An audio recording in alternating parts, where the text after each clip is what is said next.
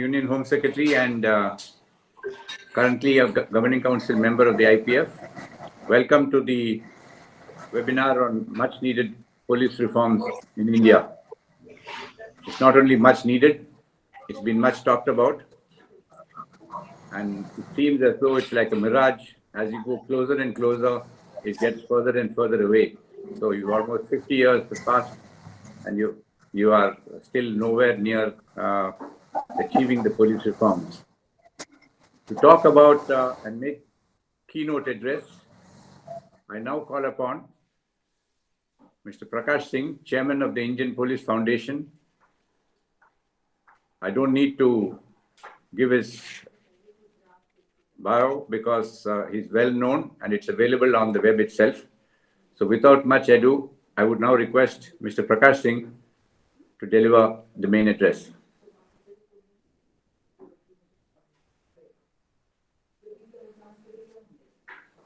Prakash Singh, you have to unmute yourself. Mr. Prakash Singh, you have to unmute yourself. You have to unmute yourself. No, you are still muted. Mr. Prakash Singh, you have to unmute your mic. Your mic is not unmuted. Please click on your mic.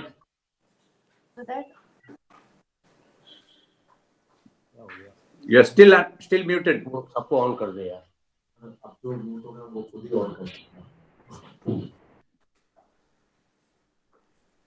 Mr. Prakash Singh, just unmute your mic. It is just below your, in the down below channel.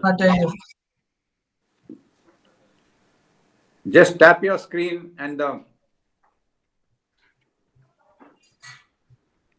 Mr. Prakash Singh, just tap your screen and you will get the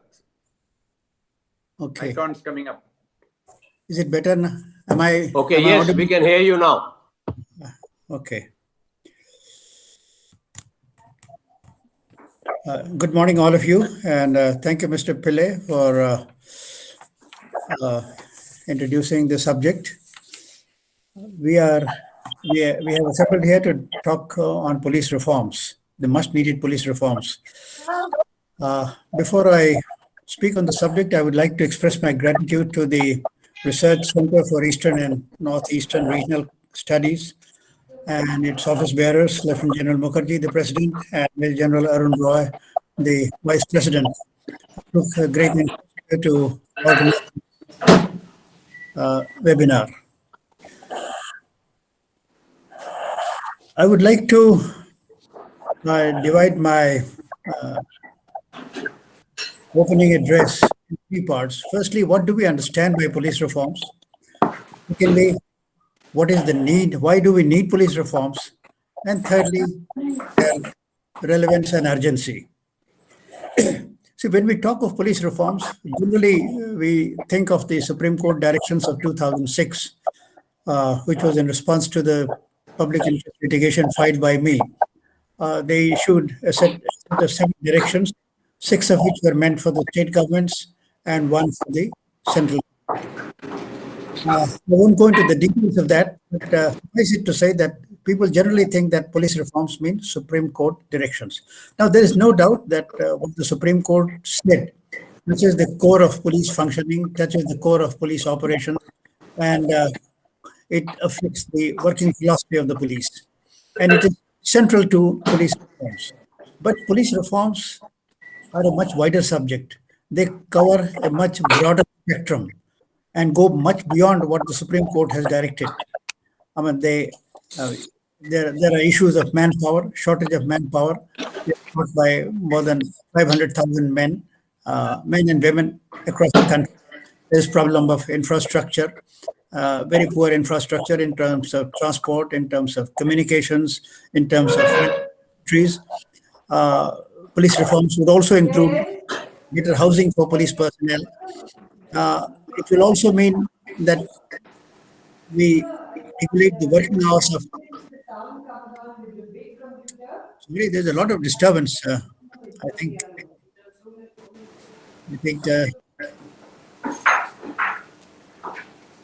So things are happening in the room where the mic is kept. So if the rest of the people could be muted, it would be better.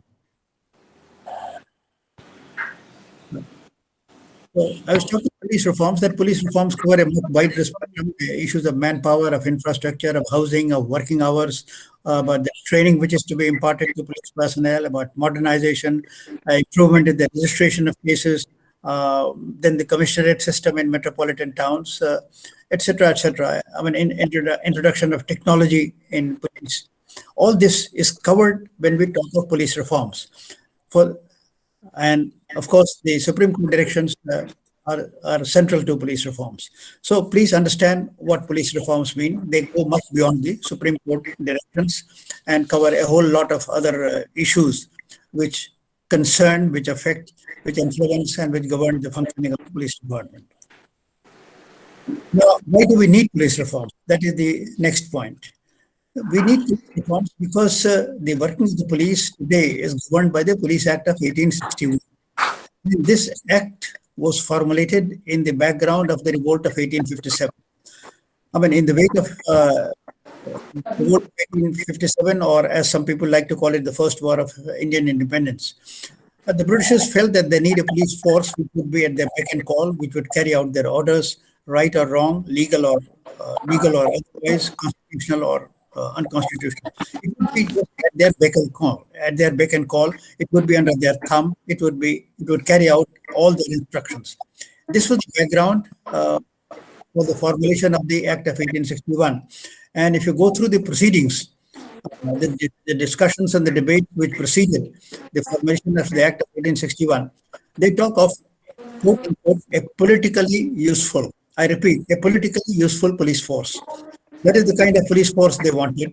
And that is the kind of police force they created, a police force which would be politically useful. And it was useful to the British. And I don't blame the British for having formulated such an act, because they were an imperial power and their prime concern was ruling the country, governing the country, keeping it under their control. So they had a police force which would carry out their orders under all circumstances without questioning and irrespective of the legality of the order. The tragedy is that more than 7 decades after independence, we are still saddled with this act. And although there has been a lot of discussion on the subject, there have been a lot of editorial comments, TV debates, and any number of at the state level and at the central level have been appointed going to the question of police working. But nothing has moved forward. The most important commission was, of course, the National Police Commission appointed by Government of India after the defeat of Indira Gandhi and when Janata Party came to power in after the emergency. That was the National Police Commission, and they submitted their report in 8 volumes between the period 79 and 81. And these reports are very comprehensive and they cover the entire gamut of police working. But unfortunately, by the time the report was published and placed in the public domain, by that time there was again change of government and Indira Gandhi was voted to power. And the central government, while forwarding the report to the state governments, said that they said something like this, that enclosed is a copy of the National Police Commission report, but the Government of India does not agree with paragraph A, B, C, D, E, F, G, H, etc., etc. They mentioned all that. However, the report is being sent to you for such action as may be considered appropriate. Now, the message of the central government was very clear that they are not serious about the recommendations of the police reforms, and that message was understood by the state governments, which also did not take up any follow-up action. Some cosmetic improvements were carried out, but the substantial improvements which the National Police Commission wanted, those were not carried out. Those were not; those salient recommendations were not implemented. So therefore, the need for police reforms, because what we have today is a politically useful police force. It carries out even today the dictates of the state governments or the central government. The only difference between the pre-independence police and the post-independence police is that the imperial power has been replaced by a popularly elected government. Or you can say the Gora has been replaced by the Brown Sahib. The British rulers have been replaced by the Indian rulers. That is the only difference. Otherwise, the working police continues to be as it was. Hence, the need for police reforms.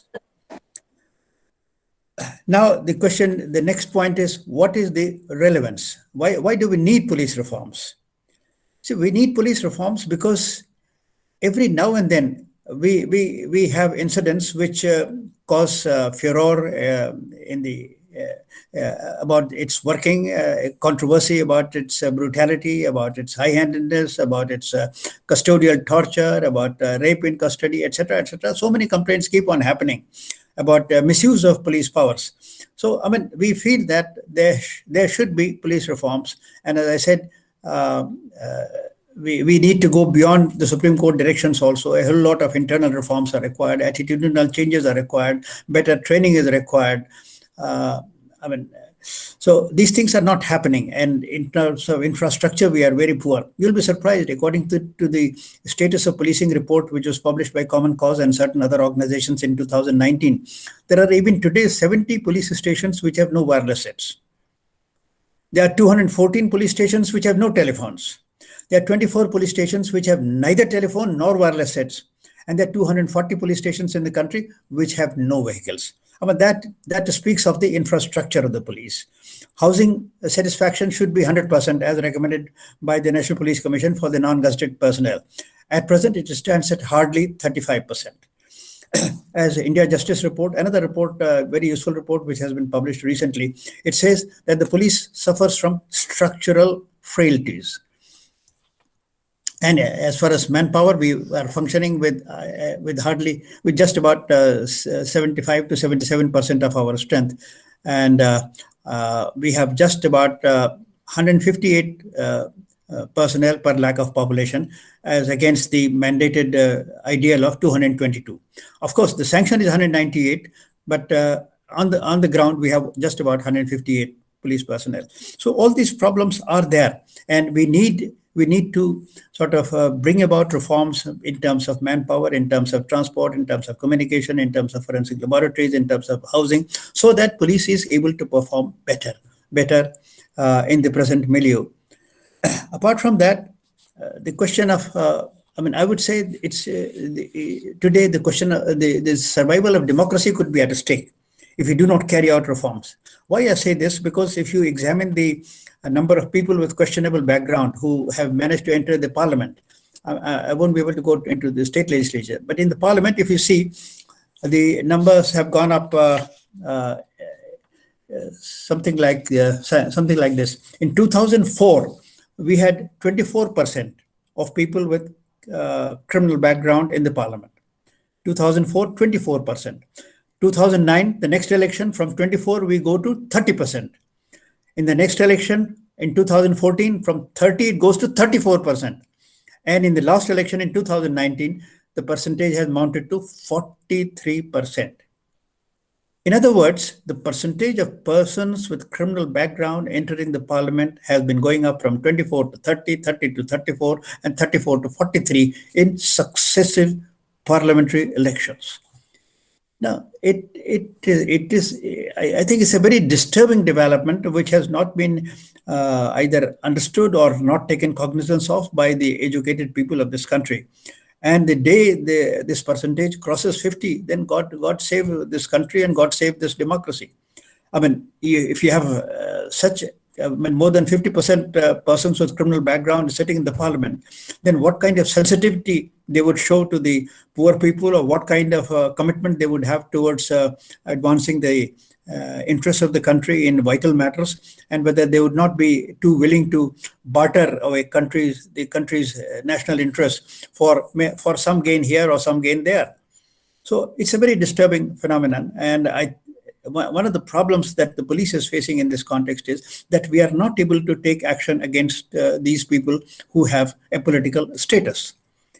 There's always political pressure from the ruling party, and sometimes between ruling party and sections of the opposition there is understanding. I scratch my back, you scratch my back, I scratch your back, and so even dealing with opposition, you have difficulty in taking legal action against them. legal action against those with a political status becomes extremely difficult. And we have seen this, in UP, I could give names of chief ministers who did not belong to the party ruling at the center, but they managed to get away in spite of monumental corruption that they indulged in. They managed to get away because there was a promise from the chief minister of the state that, all right, my MPs will support you in the parliament on such and such issues, but you should see to it that I'm not, the CBI does not proceed with the investigation of the corruption cases again. So it's a very kind of unholy alliance, and this the presence of an increasing percentage of persons with criminal background in the parliament is a very disturbing phenomenon, and this could, as I said, derail our democratic structure one day. So we must have police reform for the survival of democracy. Then it's a question of our economy. You can't have economic progress unless there is good law and order. Who would like to invest in a state or in an area where he is not sure about his investments getting adequate returns, where he runs the risk of the factory being overrun one day by the workers and the manager being held at ransom and the machinery being vandalized? Nobody would like to set up lakhs and lakhs of, not lakhs, but crores and crores of worth of investment unless he is assured of good law and order in a particular state, in a particular region. So it becomes absolutely essential if we want to sustain the momentum of economic progress, something that we are very keen on, something we have also been very proud of. I use the word have been because lately our economy has taken a downward trend. Of course, it is in the process of getting revived again. But until recently, we were the fastest growing economy in the world. And I hope we'll achieve that status soon in the near future. But for that, this is an absolutely essential prerequisite that you have good law and order. Even otherwise, if you look at the problems of internal security, the problem of terrorism, the problem of the Naxal problem, the J&K problem, the Northeast insurgencies, whichever problem you look at, who is the first responder? Who is in the forefront of the battle fighting against the terrorists or against the Naxals? It is the police. Good police or bad police, efficient police or inefficient police. But that is the instrument you have got, which is the first responder and which is in the forefront of the battle against all kinds of major law and order problems, whether it's a Naxal problem, whether it is Northeast insurgency, or whether it is Jammu and Kashmir separatism, whatever it is. This is the kind of police. And if the police is not efficient, if it is not professional, if it is not well equipped, if it is not well motivated, if it is not well trained, to that extent, your problems will continue to linger on and may even get aggravated. So you need a professional police which is well trained, which is well motivated, which is well officered to deal with these problems. That is from the point of view of internal security. 5 minutes now. 5 minutes. Right. I'm about to finish. Even socially, you see, the Indian society, I would say, is undergoing a lot of churning.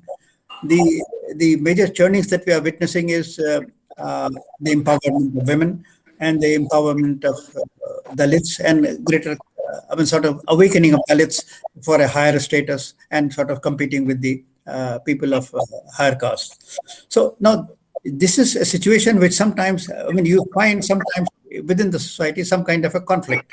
The patriarchal attitude on the one hand and a sort of casteist attitude also on the other hand.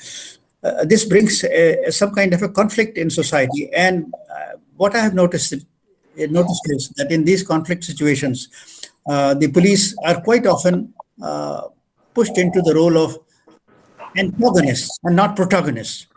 I would say that the police should play the role of protagonists. They should be supporting the forces of change in society, rather than supporting the status quo and supporting the vested interests. That role they are not able to play because somehow that is the kind of system that we have got. And those who are antagonists, they are controlling the levers of power today.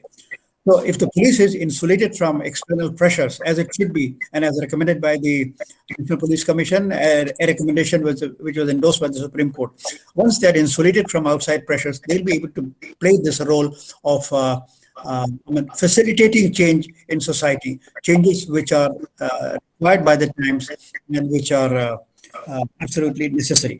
So whichever angle you look at from whichever angle you look at the problem, whether you look at resolution, tackling internal security, whether ensuring the survival of democracy, ensuring the momentum of economic progress, facilitating changes in society, whichever way you look at, there is no getting away from having a professional police force, which upholds the rule of law, which is accountable to people, and which considers the Constitution, upholding the Constitution as its supreme duty.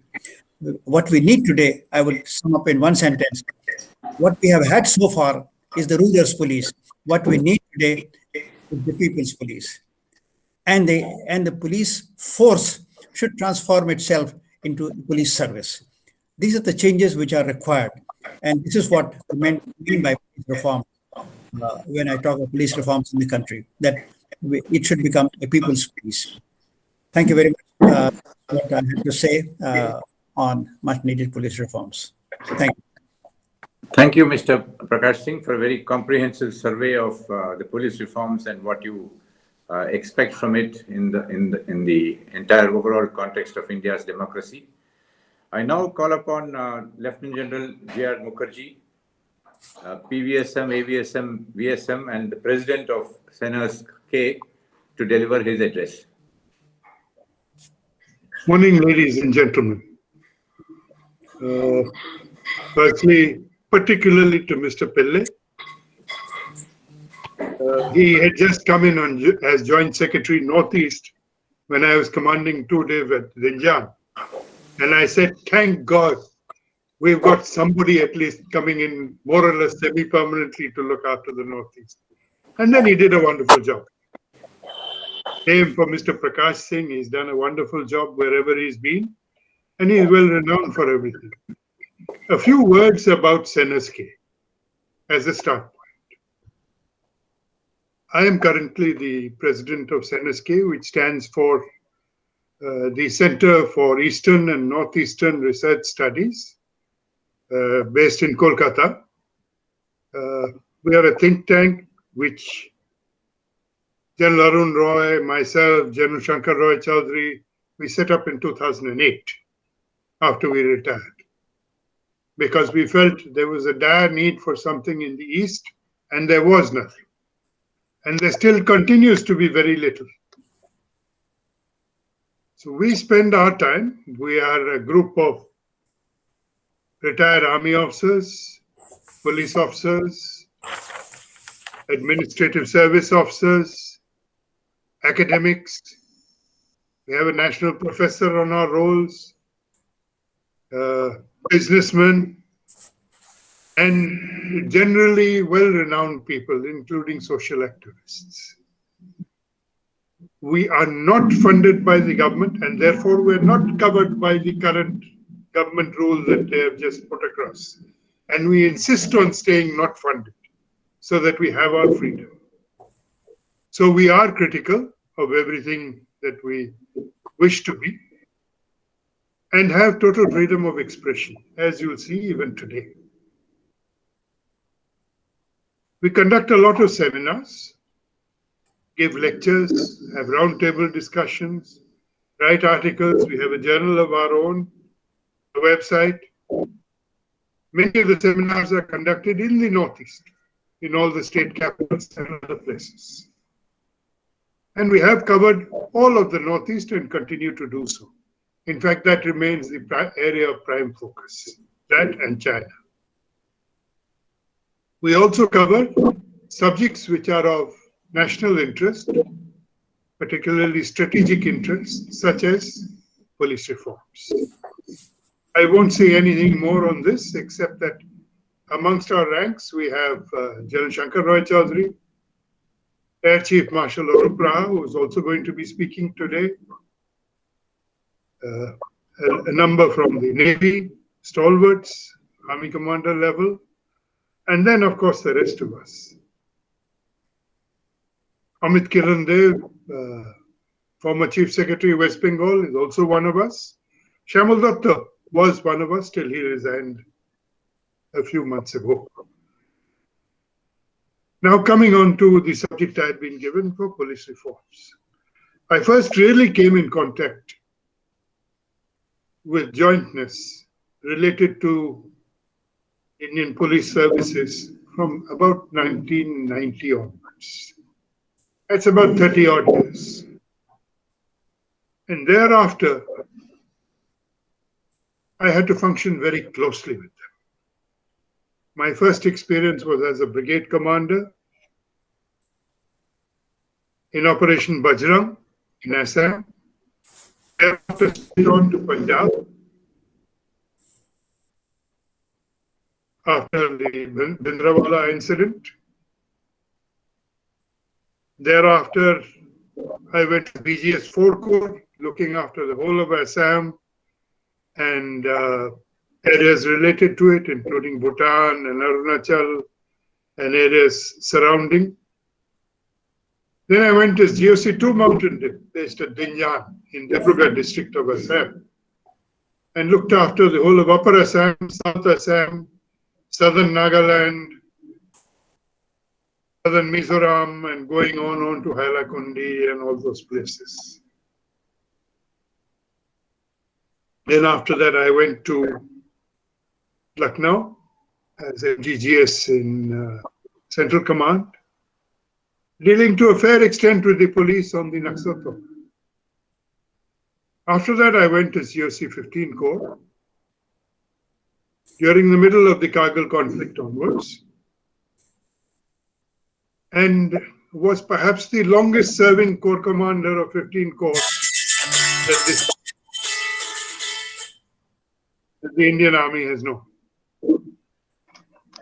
And during that period, we neutralized something like 2,500 terrorists, just in that period of time. The period of almost 3 years that I was there. After that, I came to Eastern Command as the Chief of Staff and had to deal with insurgency all over the Northeast and East. So I do have a fair amount of experience in dealing with the police and jointly tackling militancy and insurgency.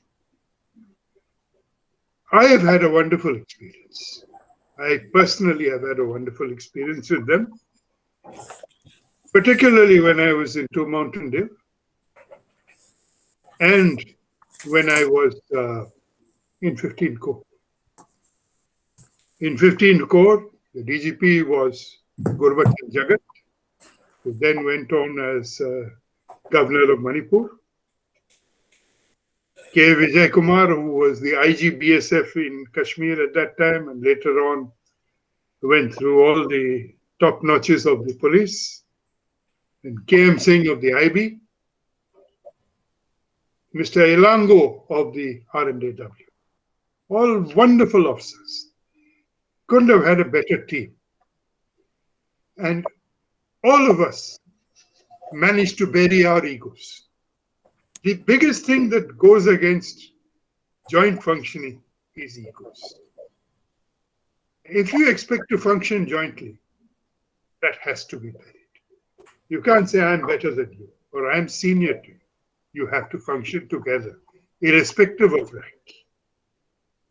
So that was the biggest thing that we managed to do there, which is why we managed to do so well, because we weren't functioning against each other. We were functioning together. I still remember Gurbachan rang me up one day. He said, Kal PM Saab aa rahe. I said, I just got the information also. So when can we meet to tie up details? Because most of the resources were available with me at GOC 15 Corps. So I said, okay. Since a lot of politics and political decision making is involved, I'll come over to your office just now. I'll pick up the others en route. I rang up KN Singh, I rang up Ilango, I rang up Vijay Kumar. I said, I'll pick you up while I'm going to the DGP's office. Come along.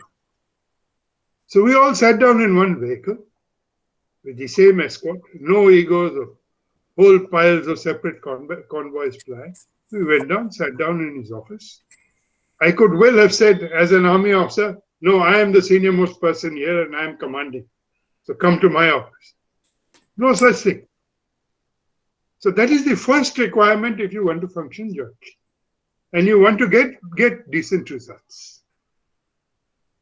Second thing that you have to remember is, when does the army come in?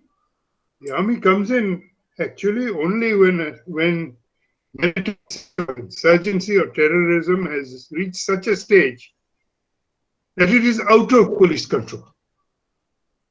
And when it is out of police control, then the army is called.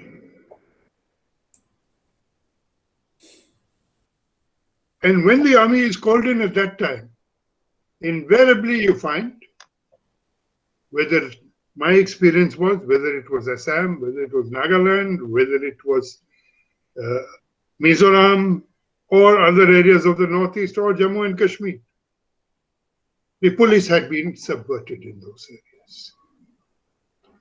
Subverted meaning they were either too scared to do anything because of fear of the terrorists or militants,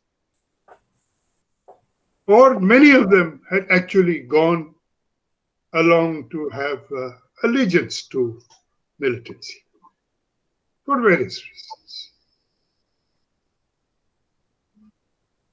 And therefore the army has a difficult job at such a stage when it comes in, and it has to do a balancing act, and it has to be performed properly without stepping on egos again. And you've got to help the police to regain the confidence. After all, the army's job is not to take over. The army's job is to bring back a semblance of law and order into the area for the civil authorities to function effectively. Which means taking along the civil police along with them and letting them regain their confidence, helping them to regain their confidence. Do so. If that is not done, the police and the army are bound to get at loggerheads, which cannot be permitted to happen. The two sides of the same coin. But here I must make a point. And the point goes directly at what Mr. Prakash Singh was talking about. The basic problem at the moment with these police forces is allegiance is to the political party in power and not to the Constitution of India. So that is what is the primary thing that has to change. The army is supposed to bear its allegiance only to the Constitution of India. But unfortunately, we are also getting politicized, which is very, very sad. Because the moment these main instruments of the Constitution get politicized, then God help this country. God help democracy in this country. That, unfortunately, has already happened in the police force and needs to change. Well, stop happening with the armed forces. I'm sad to say it, but it's a fact of life. Now, once I've said all this, that your entire functioning has to be joint in all aspects, whether it be intelligence, whether it be operations, and also training, because you have to train the police. I must point out here that dealing with militancy and dealing with insurgency or terrorism requires a different culture to normal police. General Mukherjee, 5 minutes. Okay. To normal policing and function. And therefore, you have to train small groups, like special operations groups and so on, or police commandos to function to deal with that problem.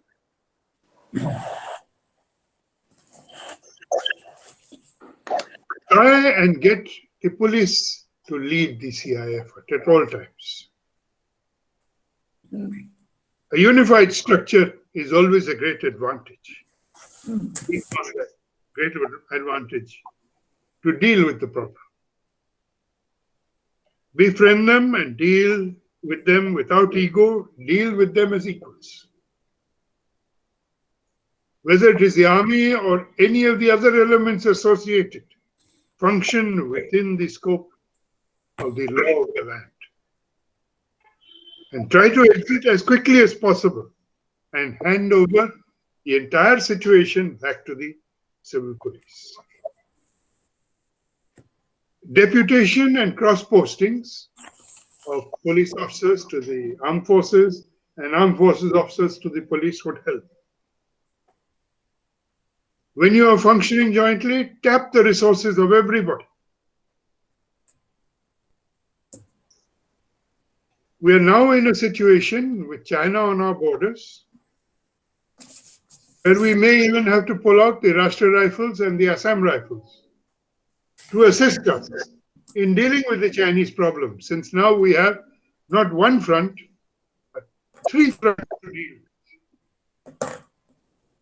And under those circumstances, these resources may no longer be possible to be spared. So all the more responsibility will come to the police. Well, it was wonderful talking to all of you and an honor. I must end on the last point, and the police officers here or retired police officers here must forgive me for saying one thing. Aim the police action in faith. Thank you very much. Thank you, General Mukherjee, for making some very interesting observations, which I hope many other participants will catch up and carry on forward. I would now request Mr. N. Ramachandran, founder of the Indian Police Foundation, and with long years of service in the SPG and as also chairman of the Cochin Port Trust, to deliver his address.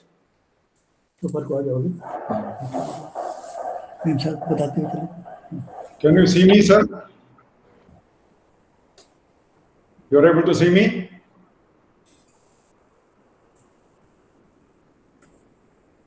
Please go ahead.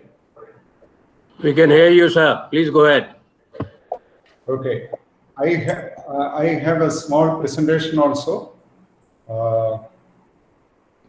So, good morning, everyone here. My name is Ramachandran.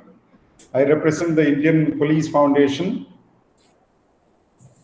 And the point that I am supposed to speak on is about internal police reforms and how they can be scaled up, or what are the challenges that we face in scaling up reforms that are being undertaken at the state levels. So to begin with, as Mr. Prakash Singh said, good policing is a prerequisite for economic growth, national security, and democracy itself. So I want to begin by showing you these numbers. The Global Peace Index. Last year's 2020 Peace Index shows India at the 139th rank. We are very close to Pakistan, which is at 152, and Afghanistan, the least peaceful country, at 163. We are in a very dangerous neighborhood.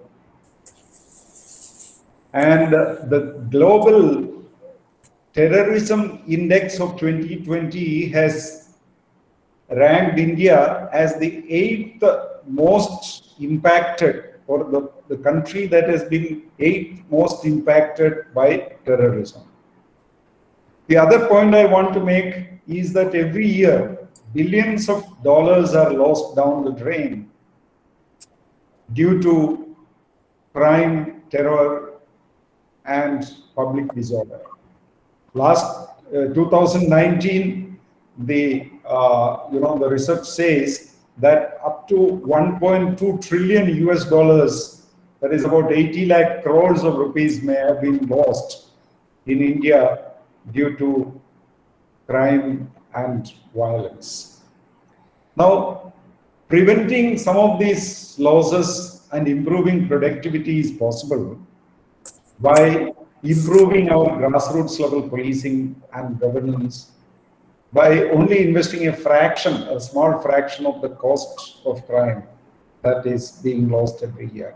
Now, the FDI, according to World Bank, one of the or some of the factors that influence FDI are the Human Development Index, Global Peace Index, Terrorism Index, Corruption Perception Index, etc.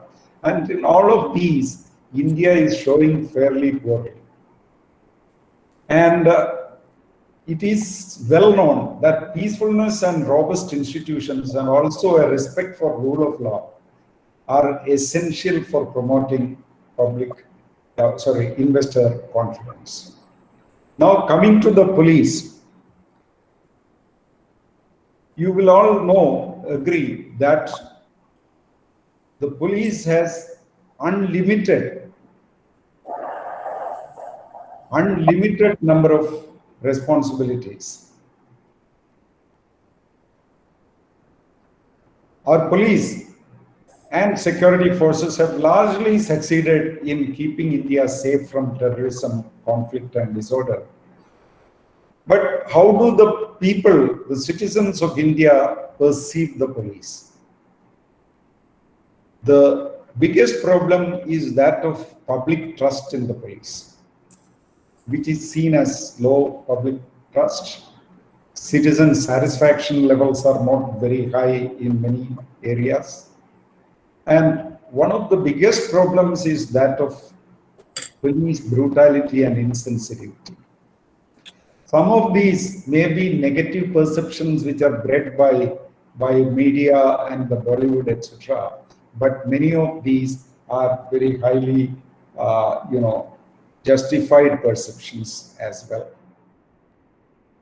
But the fact remains that in spite of its fundamental role in internal and national security, police and policing have received very low priority of central as well as state governments ever since independence. To prove my point, I am just showing you the latest budget numbers.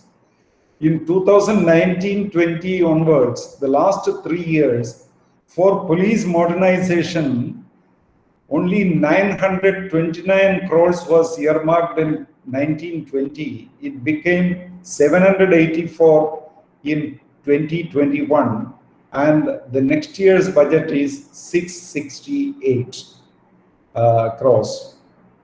Even including the so-called special, security-related expenditure, which is reimbursed, even including that, it is a very paltry sum for a country of India's size.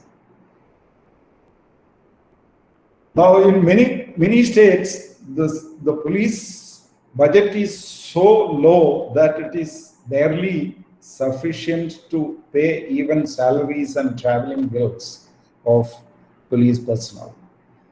The working and living conditions are very poor. Social life of policemen, as you all know, is almost non-existent. They have a very poor work-life balance. And one of the major problems is of self-esteem. And in fact, the Police Foundation has been holding a number of events on improving mental health of police personnel, which is a major area which needs to be looked at. And poor mental health is seen as one of the factors which leads to insensitive behavior towards the general public. Very high levels of suicide in the police. Now the question comes as to how long we will wait. How long will India wait for comprehensive police reforms? Because there is no light in the end of the tunnel. There is this combination of elusive political will and a general chalta hai attitude. Now, in these conditions, of course, Mr. Prakash Singh has already covered the criticality of police reforms, including legal reforms that are very important. I will look at some of the issues which can be done by the police in-house. So in the absence of political initiatives, what can the police leaders do? Police leaders can take up a number of internal reform steps. Reforms that do not require political clearance, reforms that are not resources incentive, and reforms that improve the quality of police service delivery to citizens. In fact, Mr. Kamal Kumar, who is also participating in today's discussions, he had listed out a large number of areas which can be addressed by the police in-house towards internal housekeeping steps that are doable without government approvals and political clearances.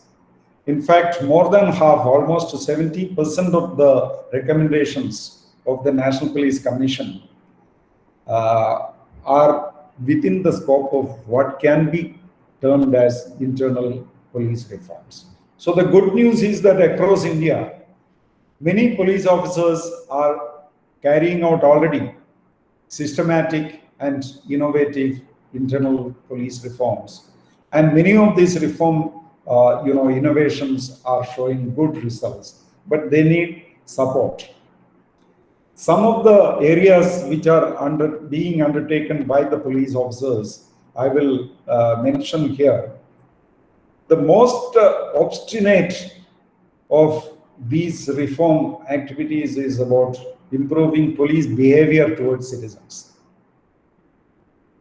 The traits of sensitivity, accessibility, and responsive, behavior to the citizens, especially misuse of arrest, powers of arrest, custodial violence, etc. These are some of the most important reforms that police must undertake, and also the most obstinate. But the fact is that a number of police officers across this country are already on this job through various interventions. Now, these are mostly silent, reforms. They don't show up on TV screens. They are not very sensational, but these are the people who are actually who are the real change makers in this country. Police officers engaged in changing the behavior of police personnel. The other one is community engagement. This is very popular, and there are several successful models across the country, like the Sanj scheme of Punjab Police, Jan Maitri scheme of Kerala Police. Some of these are highly successful. CRPF has something called CRPF Madadgar. These are very successful initiatives. But what I'm trying to say here is that there is no need to reinvent these schemes. These models are already available, which can be scaled up, which can be emulated across the country. And those states which are not doing it should take up some of these very well, established schemes. Innovative schemes for safety of women. Of course, Alankrita is going to speak on this. But there are a number of states in this country who are doing very innovative schemes for improving safety of women, safety of children, and improving the gender sensitivity, child sensitivity, etc. in policing. Recruitment reform, Mr. Pillai is again familiar with this. These reforms, what are called the TRP, not the television TRP, but transparent recruitment process. which has been started by some of the police officers as individual initiatives, but later on it has become so powerful that many states in this country have taken up transparent recruitment process for ensuring transparent and efficient recruitment to the police. And this is now accepted by almost all the states in this country except a few. This is one area, successful area that I can mention. Training reform is one area which is crying for attention. Some states have done outstanding work, especially some of the South Indian states, and some states in the northern side also have done outstanding work towards modernizing police training. But the problem is that many states have found it unnecessary and they are lagging behind, and this is a matter of very, very deep concern. Now, paying attention to the police force, the men and women who man the police, this is another area which is crying for attention. Now, Maharashtra police, for example, I am giving you an example. They have taken up this experiment of regulating the number of hours of work and a shift system, which has been substantially successful. And this is something which again can be scaled up in other states as well, because policemen, there are times when policemen do have to stay in the police station for 16 to 18 hours, sometimes for a day or two continuously without even getting a chance to go home. Now, this is actually affecting their physical health as well as mental health. And this is an area which urgently needs attention of police leaders. Health of police personnel is another major area, including mental health. And I will just mention here that during this COVID-19 pandemic, police, of course, as you are all aware, they have been at the front lines of the COVID, the fight against COVID. As many as 2 lakh police personnel were infected by COVID, and so far nearly 1,110 police personnel have died of COVID-19. Other initiatives that, again, coming back to the point, some of the technology applications, again, this is very popular. Many police leaders have already taken up several technology-driven reform activities like the e-beat system, online filing of complaints, women's safety apps, Gallo are there. Apps for supporting crime investigation, verification of passports, body cameras, etc., etc. And the centralized emergency response system is very powerful, and this has been done very successfully in some of the states. These are some of the areas where good work has been done, and this is only indicative. In fact, there are hundreds of such successful models which can be taken up by other states as well. Now, preparing for the challenges of the digital age is another major area, very crucial for police to take up, because I don't need to explain to this audience about its criticality.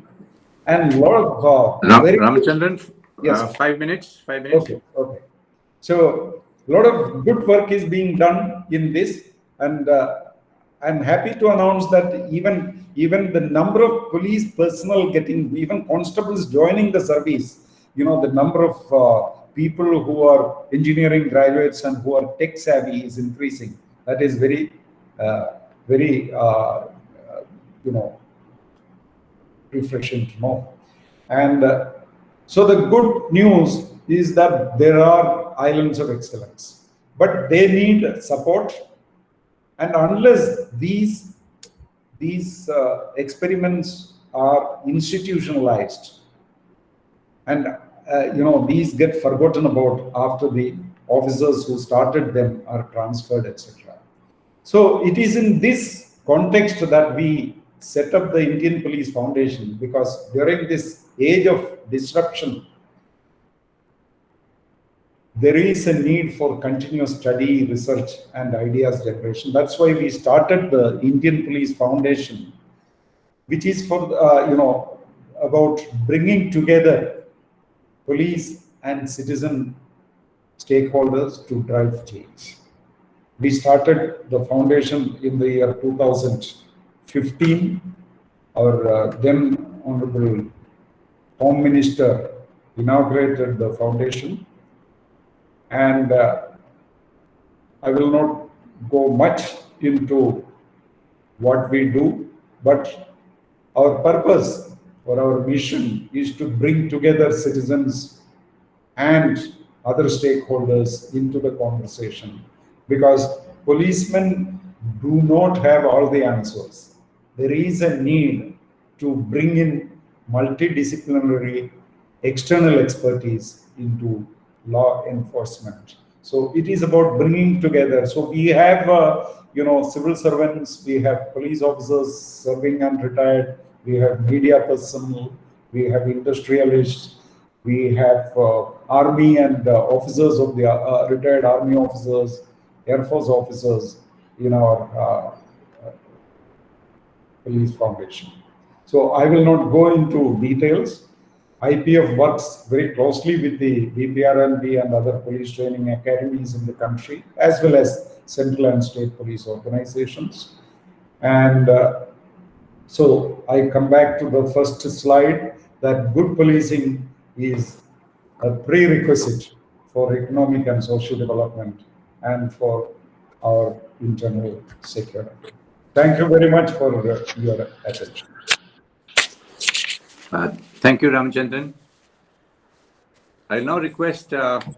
Amit Kiran Dev, former Chief Secretary, West Bengal, and a member of Sandusky, to deliver his address. Thank you, Mr. Pillai, and I thank Sandusky for giving me this opportunity of participating in this very important webinar.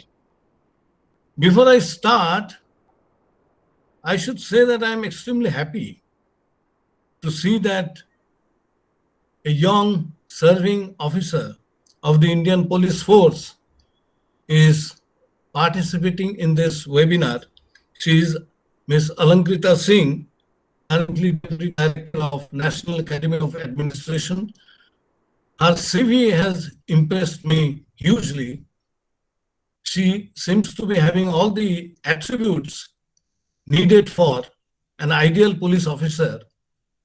And I'm sure that in the long career that lies ahead of her, she will try her best to uphold the enduring values of life.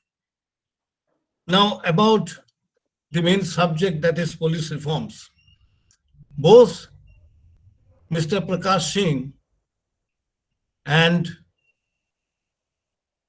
General Mukherjee, as well as Mr. Ramchandran, they have put the subject in a proper perspective and have been extremely sophisticated in their presentation.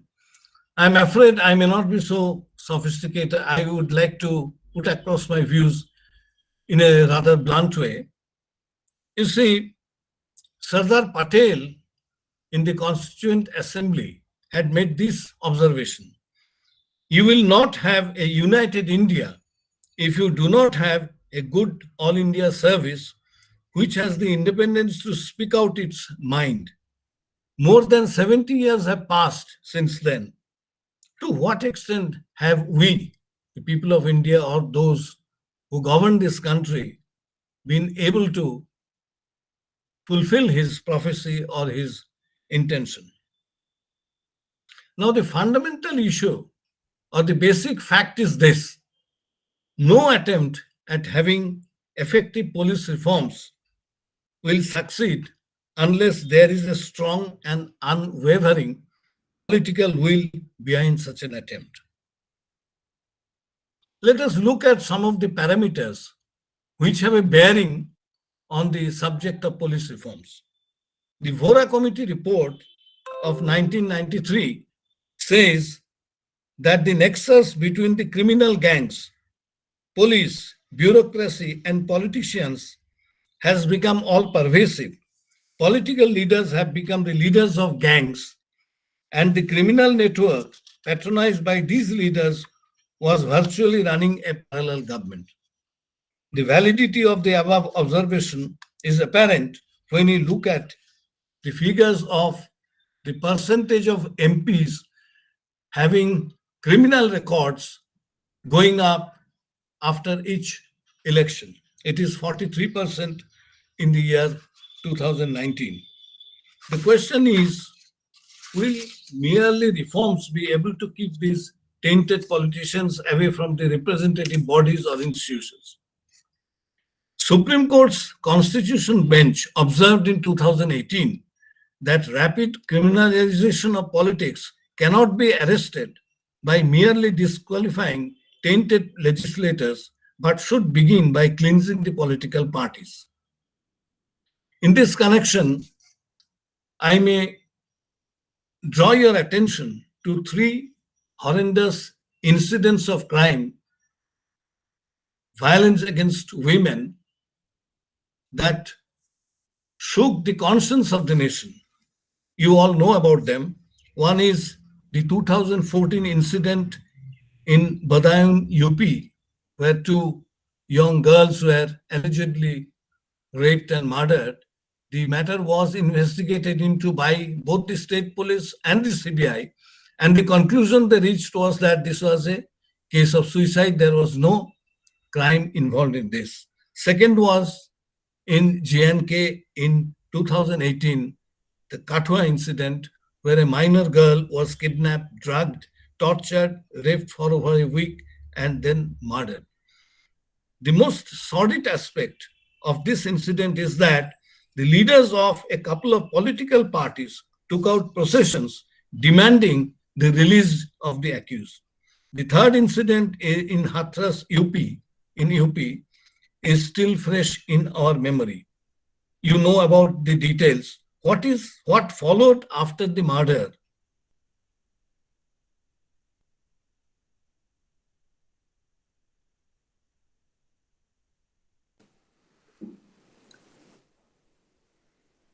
Amit, we seem to have lost your voice, audio.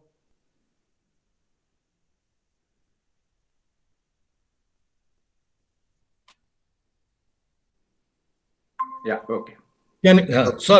Sorry. The worrisome fact is that such heinous crimes are occurring almost every day, all over the country, and only in a small number of cases, the accused are apprehended, prosecuted, and convicted. It is in this context that we are discussing the subject of police reforms. Mr. Ramchandran has given a very comprehensive idea about what kind of reforms are possible in our country. Basically, he has emphasized on motivation, proper training of the police personnel at the grassroots level, and a very strong and effective leadership by senior officers in the police hierarchy.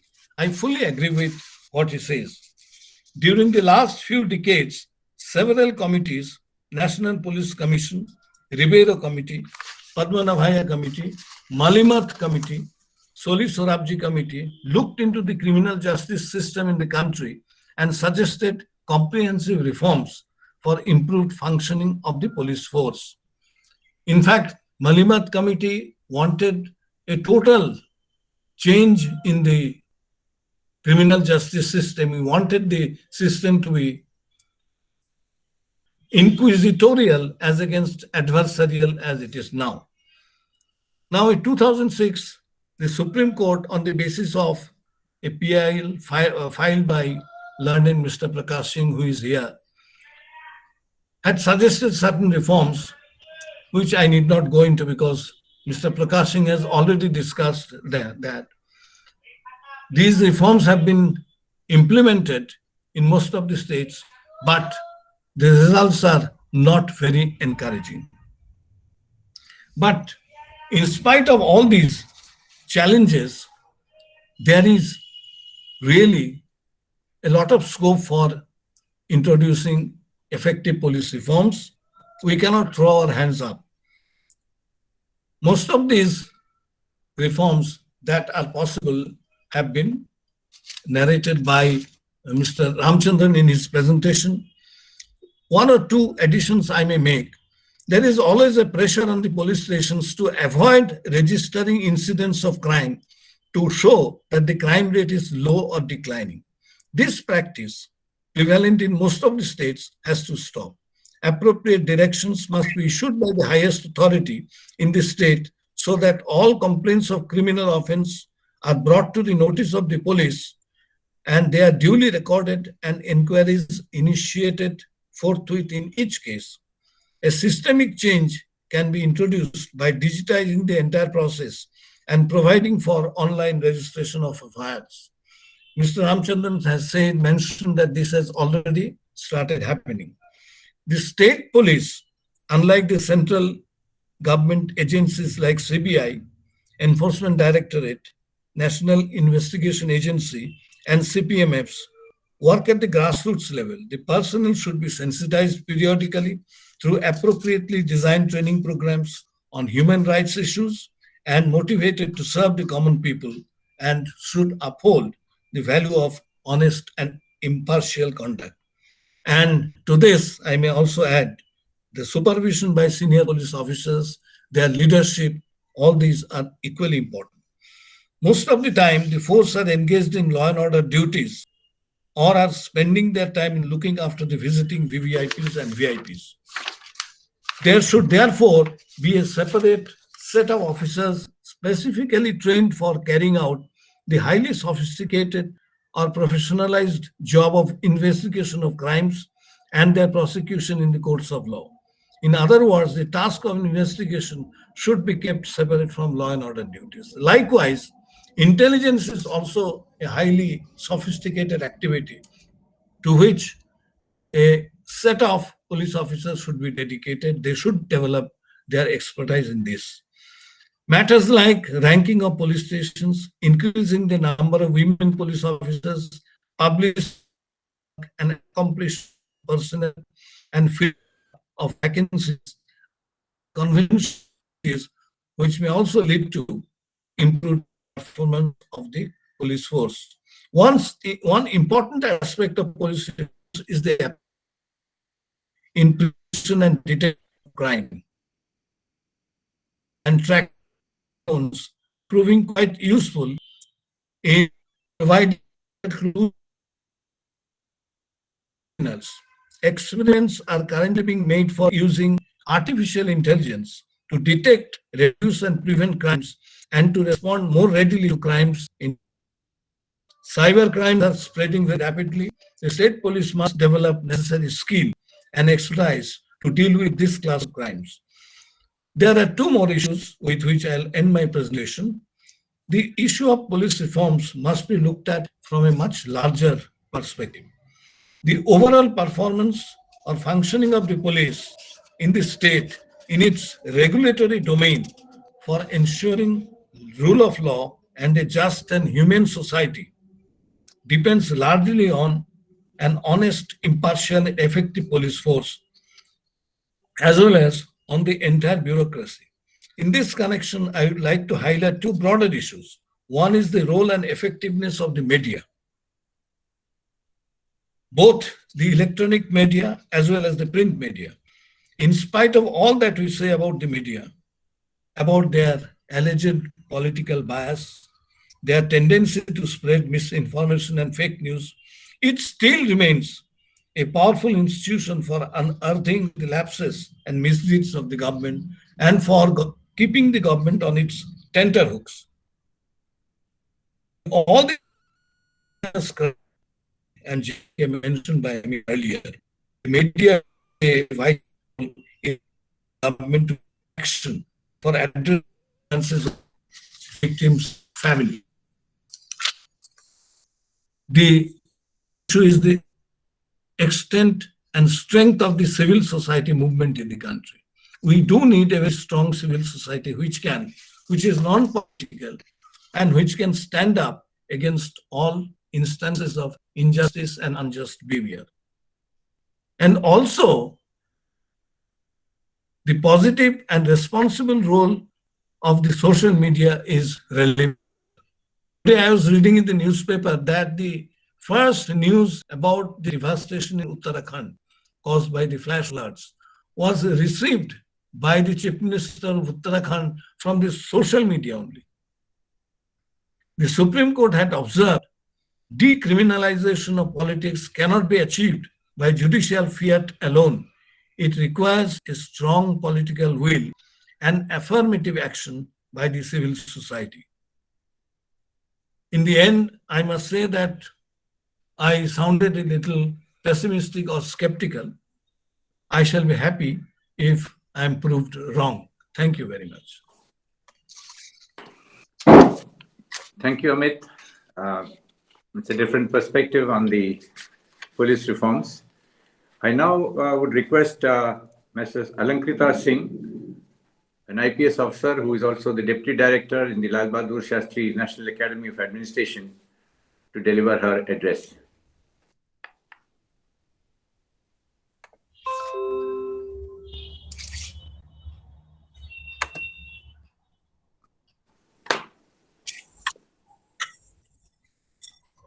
Alankrita, you are... Yes, sir. Thank you so much, sir.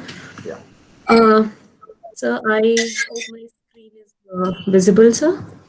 Yeah, we can hear you. How about my PowerPoint presentation? Is that visible, sir?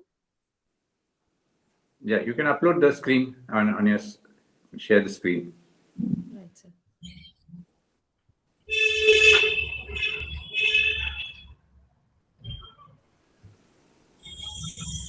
So, very good morning to all of you. I'll begin with my appreciation, thanks to the Indian Police Foundation for giving me this opportunity.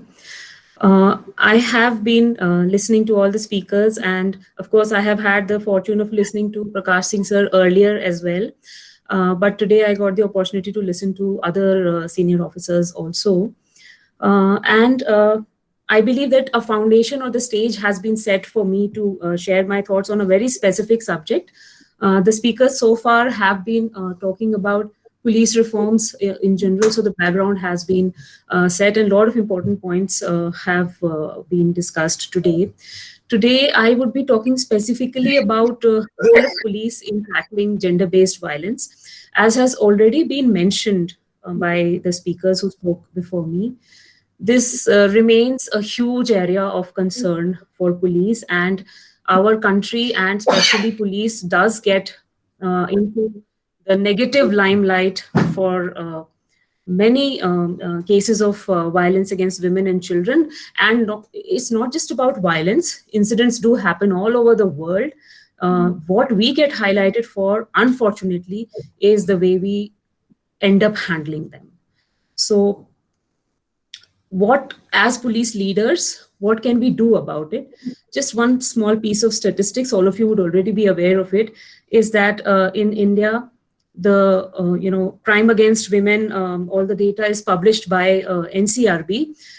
However, the conviction rate in all IPC crimes and the conviction rate in sexual offenses, specifically rape, if we compare these two, a very glaring picture emerges. A conviction rate in case of rapes is nearly 50% as compared to the conviction rate in overall IPC crimes.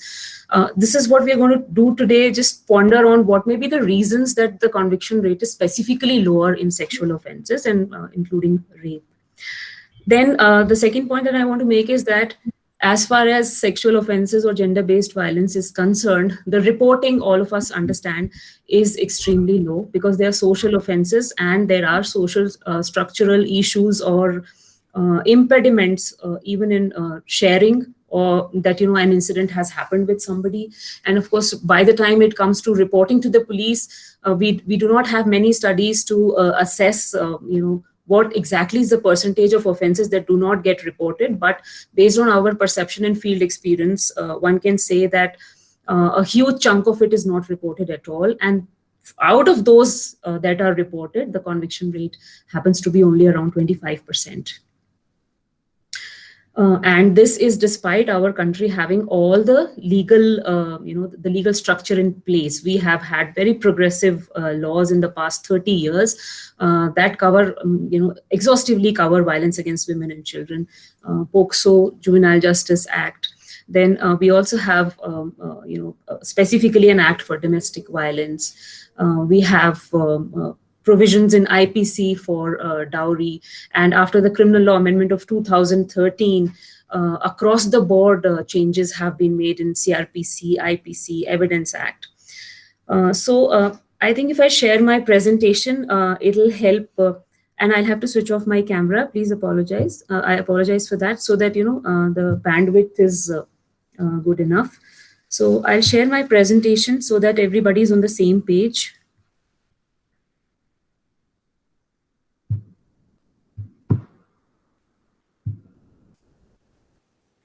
So what I'll do is that I'll quickly take up a case study so that I'm able to make my points clearer. Now, this case study is about a gang rape that happened at a brick kiln somewhere. And this case study is being published by this academy, the Lal Bahadur Shastri Academy. In a book that's coming up, the book is on brick kilns. So I hope my screen is visible to all of you. We are not getting the screen. It's still a blank screen. Sir, just hang on, it'll load, I think, in a while, because I'm able to see it. So I'll quickly take up a case study and share very briefly the facts of the case. What happened was that I got to know of this case through a media report which said tying hands and legs of brick kiln labor from scheduled caste community. 3 men raped minor daughter at gunpoint for 2.5 hours, January 13, 2019. Sir, is the screen visible now, sir? Still no, still not. It's still a blank sheet, a blank screen.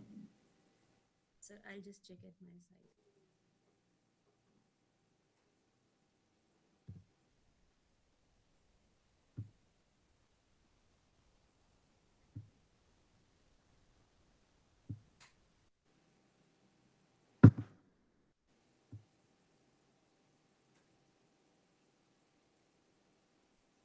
Yeah, it's come now. Right, sir.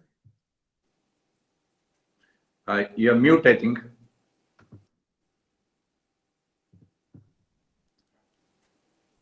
Alankrita, you're mute. Right, sir. Right, sir. Right, sir. So, sir, this was the news item that appeared, and then we happened to do an in-depth study of this news item. For this study, we examined the video recordings of the statements of the victim and her family members, and we examined all the police records. So, very briefly, what happened was that when the day the incident happened, the very next day, as reported by the victim, they went to the police station, and at the police station, the brick kiln owner was there, and apparently under the pressure of the brick kiln owner, their FIR was not registered. And apparently, in the words of the victim, they were forced to sign a paper which said that nothing has happened and we don't want any action. They also met the superintendent of police after this.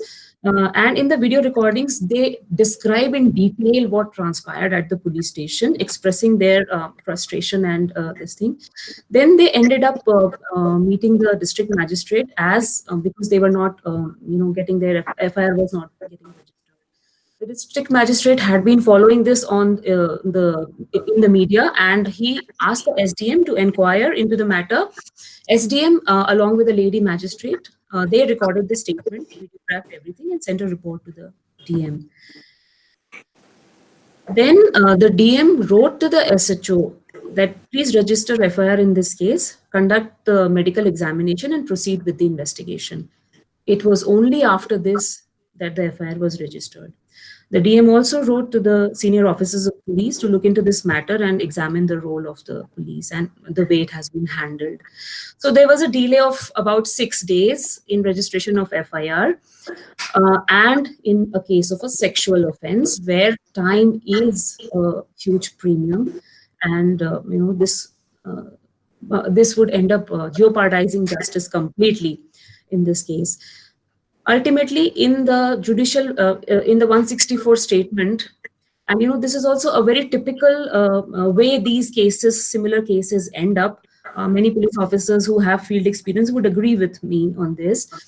So typically, the victim retracted from the FIR saying that my father had given a false complaint under someone's pressure. I was not raped. No one came to our hut. Nothing happened. Less than a month of the incident, despite the delay in registration of FIR, the final report was filed. And again, very glaringly, the final report says that the case was registered to get compensation money from the government. However, I noticed from the examination of the documents that the SC/ST Act was not used at any stage. So there was actually no question of compensation at all. And in 164, she had said that my father had registered the case under somebody's pressure. However, the final report says that to get compensation money from the government. And the final report also says that there is no rationale in sending the clothes of the victim and her vaginal slides for forensic examination. So why I used this case study was that through this case study, I wanted to highlight certain important issues before us as police leadership.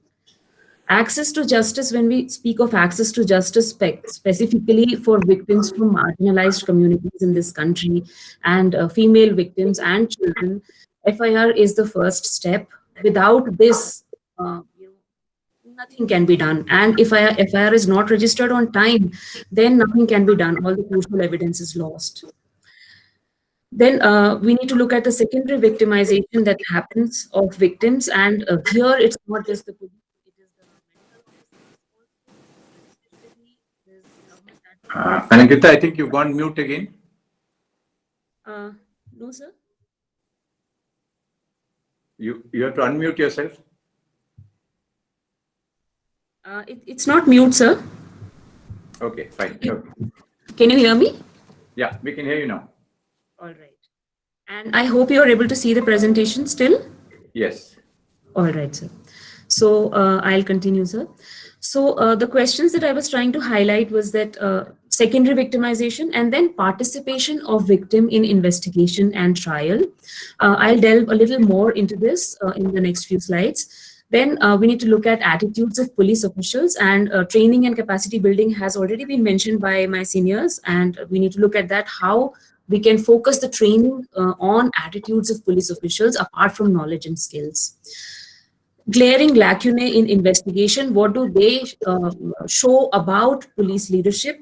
Our monitoring of investigation, and investigation being the most important role of police, where no other agency can interfere. It's entirely our domain. So this kind of reform would also fall in the purview of what Ramachandran sir said, that certain reforms which are for the police officers to implement, they do not need any political will or do not need a high investment in terms of money, etc. So these are all these things for us to do. Accountability and transparency is also one of them. Capacity building of police officers with respect to investigation of sexual offenses, because this is a specific form of offense requiring certain skills and knowledge. So capacity building can ensure a better investigation. Speaking of victims' participation, I would like to say that sexual offenses or gender-based violence is different in its nature from many other offenses. I have already mentioned that these offenses are less likely to be reported is one difference. The other thing is that there is a lot of social stigma attached to these offenses, which makes it difficult for the victim to register FIR and also to pursue her case, which may take few years, including the process of trial. So that's how these offenses are different in nature to other offenses. Victims are not a homogeneous category, and different kinds of victims of offenses is different kinds of vulnerabilities. If we want to improve the conviction rate, we have to support the victim. We have to provide that system in which the victim feels confident to pursue her case. There is an intersectionality approach which may be used for gender-based violence, because victims of gender-based violence may be facing multiple forms of vulnerability at the same time, making them much more vulnerable. If we take into account as police officers all these things, then we know what kind of support system or atmosphere to create. that she hangs on with the case, stands by the prosecution till the end of it, and we are able to improve the conviction rates. So victims of sexual violence have been known to be highly susceptible to pressures, and this is often the main reason for out-of-court compromises, or which are made very much a part of the investigation, and often as part of the investigation, samjhauta, affidavits, etc. are included, and on the basis of this, cases are terminated into final reports, even in the presence of other important evidence, which is often ignored once affidavits are received. Supreme Court has ruled that heinous offenses like rape are non-compoundable, and such compromises cannot be basis for acquittal, and that applies for final reports also. Such compromises cannot be basis for final reports. However, this continues to happen across board. So I quote from the UN Handbook on Justice for Victims. It says that victims have a valid interest in the prosecution of the case and should be involved at all stages of the proceedings. However, in case of India, CRPC mandates that a copy of the FIR must be given to the complainant. Beyond this, the victim has no participation or role in the process of investigation and hence in trial. Although CRPC does not stop police officers from sharing vital information with the victim, but there is no institutionalized mechanism to do so. So even I have registered an FIR which pertains to a kind of sexual harassment on social media. Despite myself being an IPS officer, I did get the copy of FIR at my home delivered by the IO himself. But from then on, what has happened in the case, I have not, because there is no institutional mechanism, so I have no knowledge or information. So as a victim or the complainant of the case, the onus is actually on me today to call up the IO or the senior officers on a phone call, ask them what happened in the case. So I don't know in 6 months, it's been 6 months, whether a charge sheet has been filed or not. So what I'm saying is that we have to adopt a victim-centric approach when it comes to gender-based violence. In the absence of such an approach, the victims do not stand by the prosecution, and that results in a poor conviction. And not just conviction rate, it also results in a poor image for the police. The victims keep roaming around the police station. They meet senior officers asking, "Arey, what happened in my case? What happened in my case?" This is the common kind of routine application that SPs might be receiving in their office all the time, that I'm not aware what happened in my case. But how can this be done? I'll very briefly suggest a few solutions. Again, these solutions are in the same domain as indicated by Ramachandran sir. These are very much in our own domain. IPS officers and their subordinates are very competent to implement these solutions. We do not need anybody's approval, nor huge amount of investment, etc.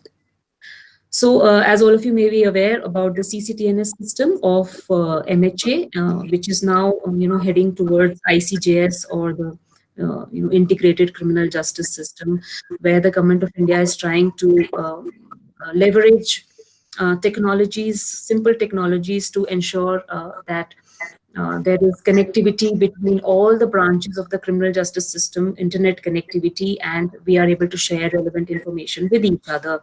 This is being done in the interest of justice. So it is possible to share relevant information with the victim using the CCTNS, and what I'm suggesting is just simply 5 minutes more.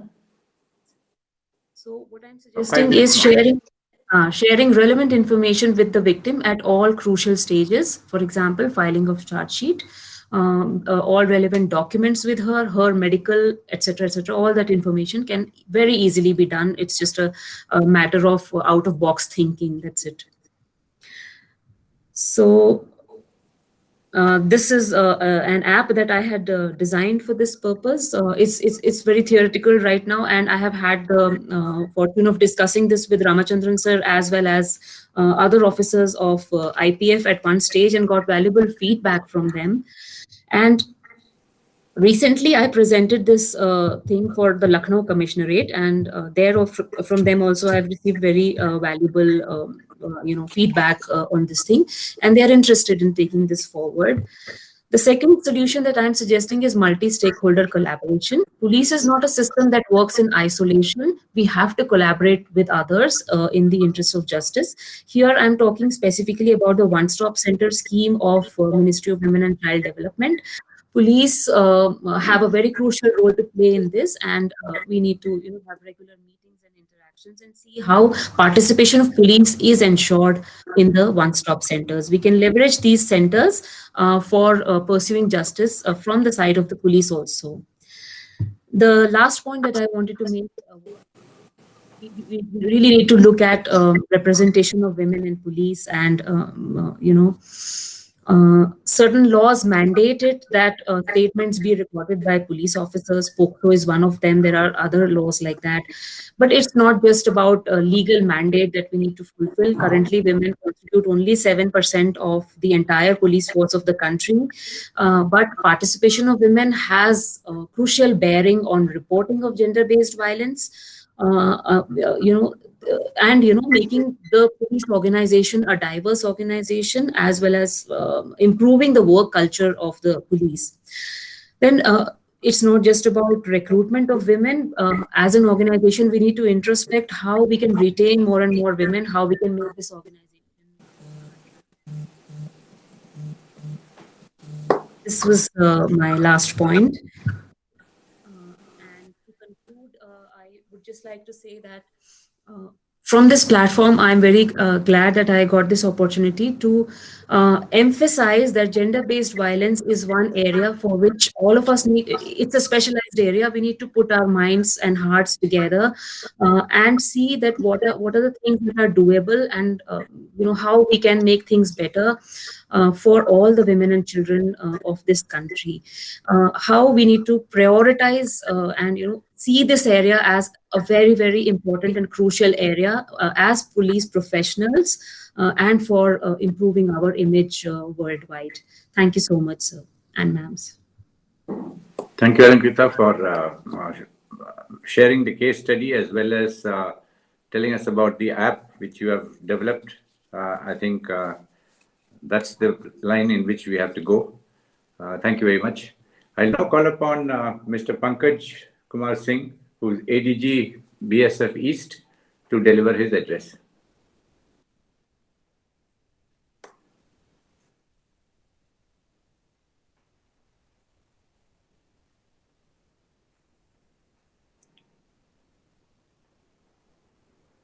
Pankaj Kumar Singh, are you on?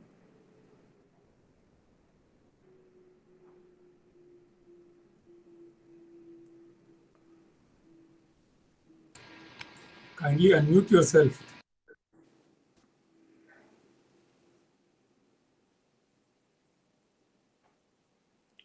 Pankaj Kumar Singh, can you hear me?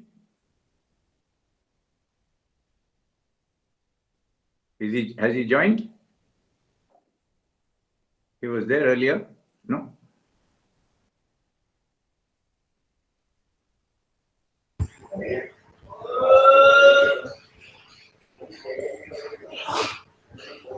Mr. Pankaj Singh is very much on the screen. Please unmute yourself. You are not being heard.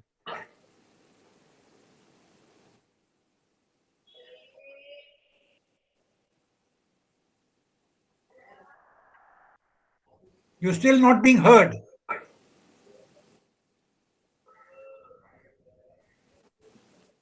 Just unmute yourself.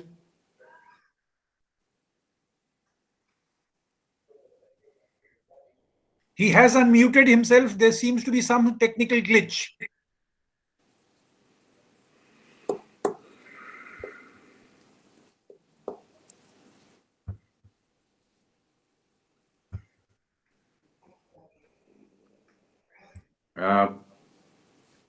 Pankaj Kumar Singh, can you hear us? No. Okay.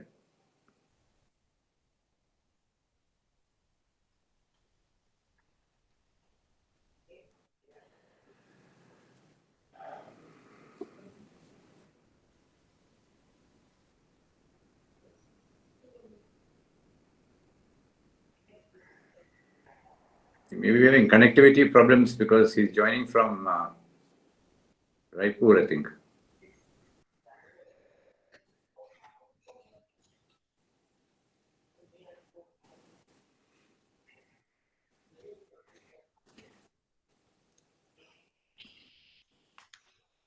Shall we go then into question and answers? I mean, any from the audience, because I have not got.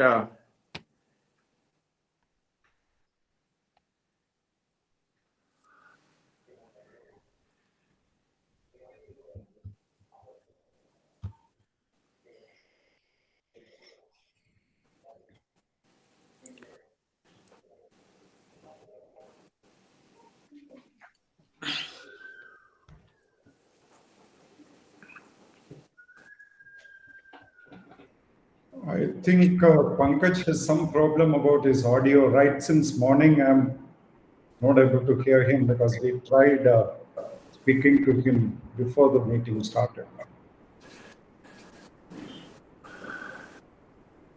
Okay, then in case he's able to come back, we'll take him on later on. I'd like a couple of questions which have come. So I would like Mr. Arun Roy, who has mentioned that would separation of law and order from crime improve investigation and thus genuine prosecution?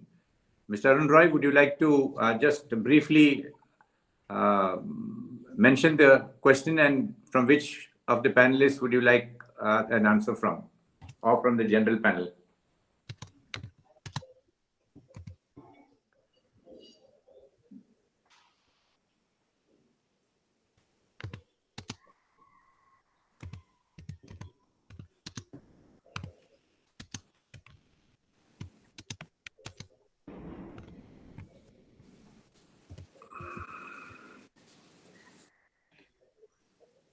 Sir, please unmute yourself, sir.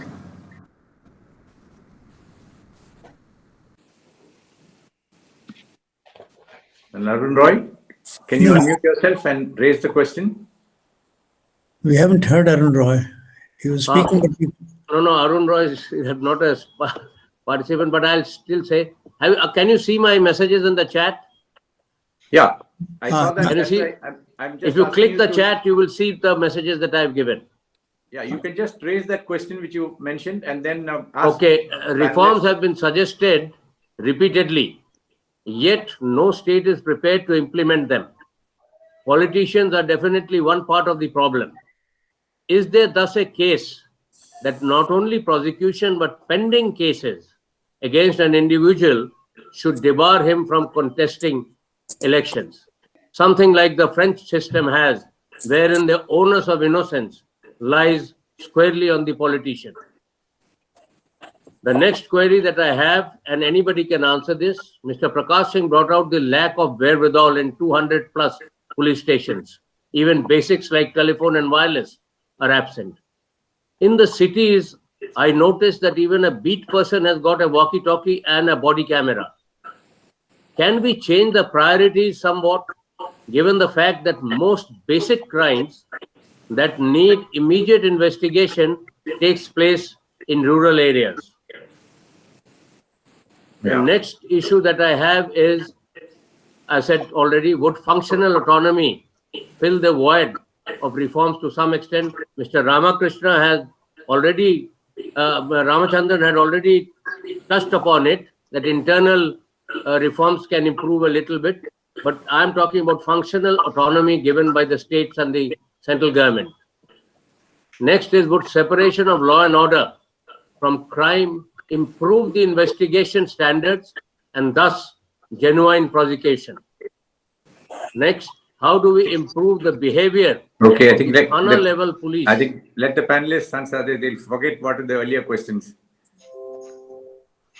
As Mr. Prakash Singh able to join? Sorry, Pankaj. Pankaj, no, I think Prakash Singh can answer the question. if you can click the messages, all the things are in one line. Anyway, I have made note of your points, General Roy. If Mr. Pillai wants, I could answer. Yeah, you can go ahead. Well, my General Roy has raised several points. I'll try to answer them one by one. One is the question of separation of investigation from law and order and whether this would lead to improvement in functioning of the police. It will definitely lead to. You see, I'll try to explain how things are happening. In big metropolitan cities, every day there's a law and order problem. Every day police get sucked into bandobast situations. Either the chief minister is coming, or some ministerial visit is there, or a student agitation is there, or a labor problem is there, or farmers agitation, or just any kind of agitation or demonstration is happening in the metro towns most of the time. Yeah, and it's happening around the year. In these situations, the priority of the local commissioner of police or the senior superintendent of police is that, well, we should deal with these problems and get over it somehow. The investigation can wait. So all the entire police staff gets sucked into the law and order. Pankaj Singh is trying to log in again. Allow him in. So in such situations, the entire police staff is withdrawn to deal with a particular law and order matter. And because the frequency of such incidents is quite often, therefore there is a disruption in the investigation work.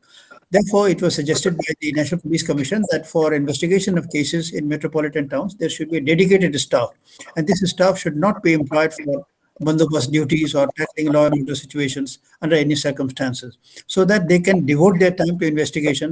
Otherwise, investigation suffers, and then we get instructions from court and all that. So it's absolutely necessary that in metropolitan towns, the law and order work and the crime investigation work should be separated, and it will definitely lead to improvement in functioning of the police. Another point you raised, whether functional autonomy would improve police performance. It would definitely improve. That is what we are seeking. And see, when the Supreme Court is regulating police from outside pressures, and when the Supreme Court laid down the instructions about police establishment board, giving them a certain level of autonomy in the postings and transfers of police officers, with complete autonomy up to the level of deputy superintendent of police, and opinions to be forwarded to the state government about senior officers and the postings. You see, the idea of this functional autonomy was that, you see, when you have a captain of a team, captain of a team should be given the choice to select at what player should play, whether a player should play forward or he should play. Can't see you. A cricket captain should be able to decide who will be the opener and who will be the middle order batsman. So similarly, in a police team also, the captain should have the functional autonomy. So functional autonomy will definitely lead to improvement in the functioning of the police, and this is borne out by the status of policing report also. They said that one of the greatest problems that the police are facing is the day-to-day interference in the functioning of the police by politicians. Then you talked about the behavior. Yes, behavior definitely calls for improvement. Attitudinal changes need to be brought about. And for that, efforts are being made by individual officers, as Ramchandran said. There are islands of excellence where behavior is improving, but this is going to be a long haul, and it will require improvement in training on an all-India basis. Islands of excellence would not suffice. All training institutions must improve. In South, there has been, we have seen more attention being paid to training, and in Haryana also, I think they have done good in the training institution. But otherwise, most of the states' training institutions have unfortunately become dumping grounds for unwanted officers of the state government. And if you are not on the right side of the government, all right, send him to the training institution. The training institutions have become a dumping ground. They need to improve. They need to attract the best officers, and there must be incentives for being posted in a training institution. So training definitely calls for improvement. So these are broadly, then you talked about changing priorities about in the allotment of resources. Look, these priorities have to be changed by the state governments. Police is a state subject. And sometimes we have, as chief ministers, people with a totally feudal mindset. I don't have to name them, but there are some chief ministers with a totally feudal mindset. And for them, police is just an army given to them to beat up the opposition, to fix up the opposition and protect their own herd, protect their own flock. So, you can't do, where you have enlightened chief ministers, they have right priorities and trying to improve the infrastructure. But there are states, as I said, where police stations are without wireless, without telephone, without vehicles, and they just somehow manage. So, this requires attitudinal change on the part of the ruling establishment and particularly the political bosses. So these, I mean, this I've tried to respond briefly to the various points raised by you. Thank you very much, sir, for We that. had one Maya Daruwala who wanted to ask a question. So could I request her to raise a question? Good afternoon. Thank you so much for allowing me to be part of this. I was beginning to feel quite lonely until I saw Miss Madam Alankrita. Yes. So the two of us are holding up the sky over here. Thank you so much. I do have a couple of questions, particularly ones based on her case study. If you look at her case study, and this leads into my question, I would like to know that after all this happened, what action was taken against the people in the police station? I can see, I'm a lawyer, I can see obstruction of justice, breach of statutory duty, the CRPC and this IPC being breached, abatement after the fact, ongoing violation of human rights, extortion, falsification of evidence. Now, all of this is very much within the supervision mandate of the next higher officer. I want to know what happened there. I'm pointing this out only to make the point that we have talked about the politician, we have talked about the possibilities of internal improvements, but there is a reason why it is not happening. And that has to do with incentivization of good behavior or the incentivization of bad behavior. Our police, the people who enter our police, whether they enter at the officer level or whether they enter at the Jawan level or the constabulary level, are no worse or no better than the police in England or in America or in Australia or in Malaysia.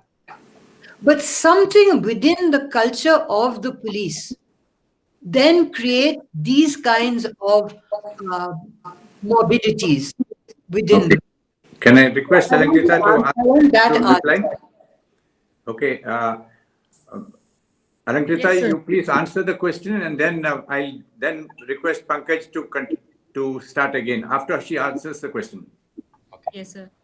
Sir, my response would be that first is that this is not an exceptional case, that it happened in this case, and I'm saying this from my experience. My experience may be different from others, that's a different thing. But this is not the only case where it happened like this. And to respond specifically to the query of what happened, so I have been tracking the case and because in the case study which will be published in the book on brick kilns, I would be updating it till on the date of publication. So some good things happened, but some not so good things happened in this case. A senior police officer, IG rank officer, took cognizance of the matter and stopped the final report, ordered further investigation, and the investigation continues till date. He also ordered that this investigation may not be conducted by police officials posted in that particular police station, but must be conducted by an independent investigating body of the police at the district headquarter level. Then, based on the DM's report, which was sent to the Home Department, the superintendent of police who was there at that point of time was transferred, simply transferred. On the order of the IG, the SHO was also transferred, simply transferred. That's it. So this is to the best of my knowledge update on this case, and the investigation continues. And also, because I have been speaking of the victim-centric approach, in the meantime, that girl has been married, because in our country, still marriage is considered to be, the rehabilitation. That's possibly the only rehabilitation measure available to the family members, because as far as government is concerned, the various departments that should be working for rehabilitation, as far as they are concerned, rehabilitation is almost non-existent when it comes to victims of sexual violence. The only thing that could have been done very easily was through the district legal service authorities, etc., to give a monetary compensation. But nothing of that sort has been done, because so far it's the final report and the investigation. Thank you. And the incentivization, Mr. Pillai? Can you come back later? I got one last speaker. Sure. Mr. Pankaj Kumar Singh, ADG BSF East, who is our last speaker. I'll reopen it for questions and answers after he finishes his talk. You have 15 minutes and plus 5. Thank you, sir. Go ahead. Am I audible now, sir? Yeah, you can start now. Thank you very much, sir. Thank you to Senas Calcutta and Indian Police Foundation for giving me this opportunity and talk about CAPF and the nuances of securing borders while interacting with the states as well as the army authorities. Well, I'll talk in this manner. I'll talk about the border guarding forces and how they interact with the states first in guarding the borders, as well as IS duties, because that's a very major area in which they have been cooperating. And then I'll come to Army and what is the role of CAPFs during peacetime as well as wartime. We have a number of border guarding forces in the country, and you would be all well aware of very, very big forces, more than 200,000 plus. We have BSF, we have CRPF, we have ITBP, which is guarding the China border, BSF, the Pakistan and the Bangladesh borders, SSB, the Nepal border, and Assam Rifles, which is guarding the Myanmar border. They do a lot of IS duties also. BSF is into it, CRPF, ITBP, CISF, they're all into IS duties at one point or the other in different parts of the country, whether it's tackling of terrorism, insurgency, militancy, and whether these are in the short term or the long term. They have been managing elections at times, disasters at times, and even being called to control riot situations in the country at different points of time. If you talk of CAPFs while interacting with the states and guarding the borders of the country, we have a western border, we have a northern border, and we have an eastern border. I'll restrict myself to a border security force because that's where I am, and I can give you a very first-hand view of how things are. And from my personal experience, I'll also talk about theaters wherein I have worked and my interactions with the different officers, whether it's Army or the states. Well, on the western borders, BSF is guarding and interacting in the states of Jammu, Punjab, Rajasthan, and Gujarat, while on the eastern front, where BSF is guarding Bangladesh, we have West Bengal in the entirety, and then we have Assam, Meghalaya, Tripura, and Mizoram. Now, while interacting with the different states, a lot of issues do come in. The first and the foremost issue is whether the state is ruled by the ruling party in the center or the opposition. A number of issues come in wherein the states are in the opposition. And as it is, we have right now the Rajasthan, West Bengal, and Punjab. However, at most of the times, the coordination between the state as well as the CAPF forces is very good. It leads to good infrastructure development. There is very good synergy in operations wherever they are conducting. There is very good sharing of intelligence also. And ultimately, both the state and the CAPF, it acts as a force multiplier in whichever theater they are working. The central government has also given the CAPF's Border Security Force a lot of powers under the Narcotic Drugs and Psychotropic Substances Act, Customs Act, Passport Act, and the CRPC also to take care of matters that are there at the border, whether it's smuggling, whether it's infiltration, or any other criminal activities that go on at the borders. Depending upon the gravity of the problem in different states, the central government has also given a certain jurisdiction from the border in the mainland to which these CAPFs can act in a legal manner. Where in Punjab, West Bengal, and Assam, it's 15 kilometers from the border inside the mainland. In Rajasthan, it's 50 kilometers, and in Gujarat, it's 80 kilometers. Whereas in the smaller states of Northeast, which are Manipur, Nagaland, Mizoram, Tripura, and Meghalaya, the entire state comes under the purview of the powers that have been given to the Central Armed Police Forces to act in that domain.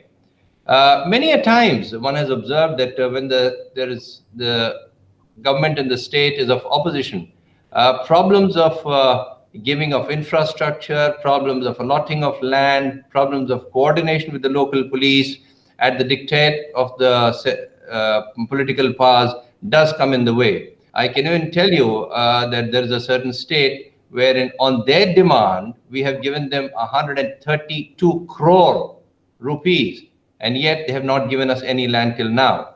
And this is a matter for a couple of years now.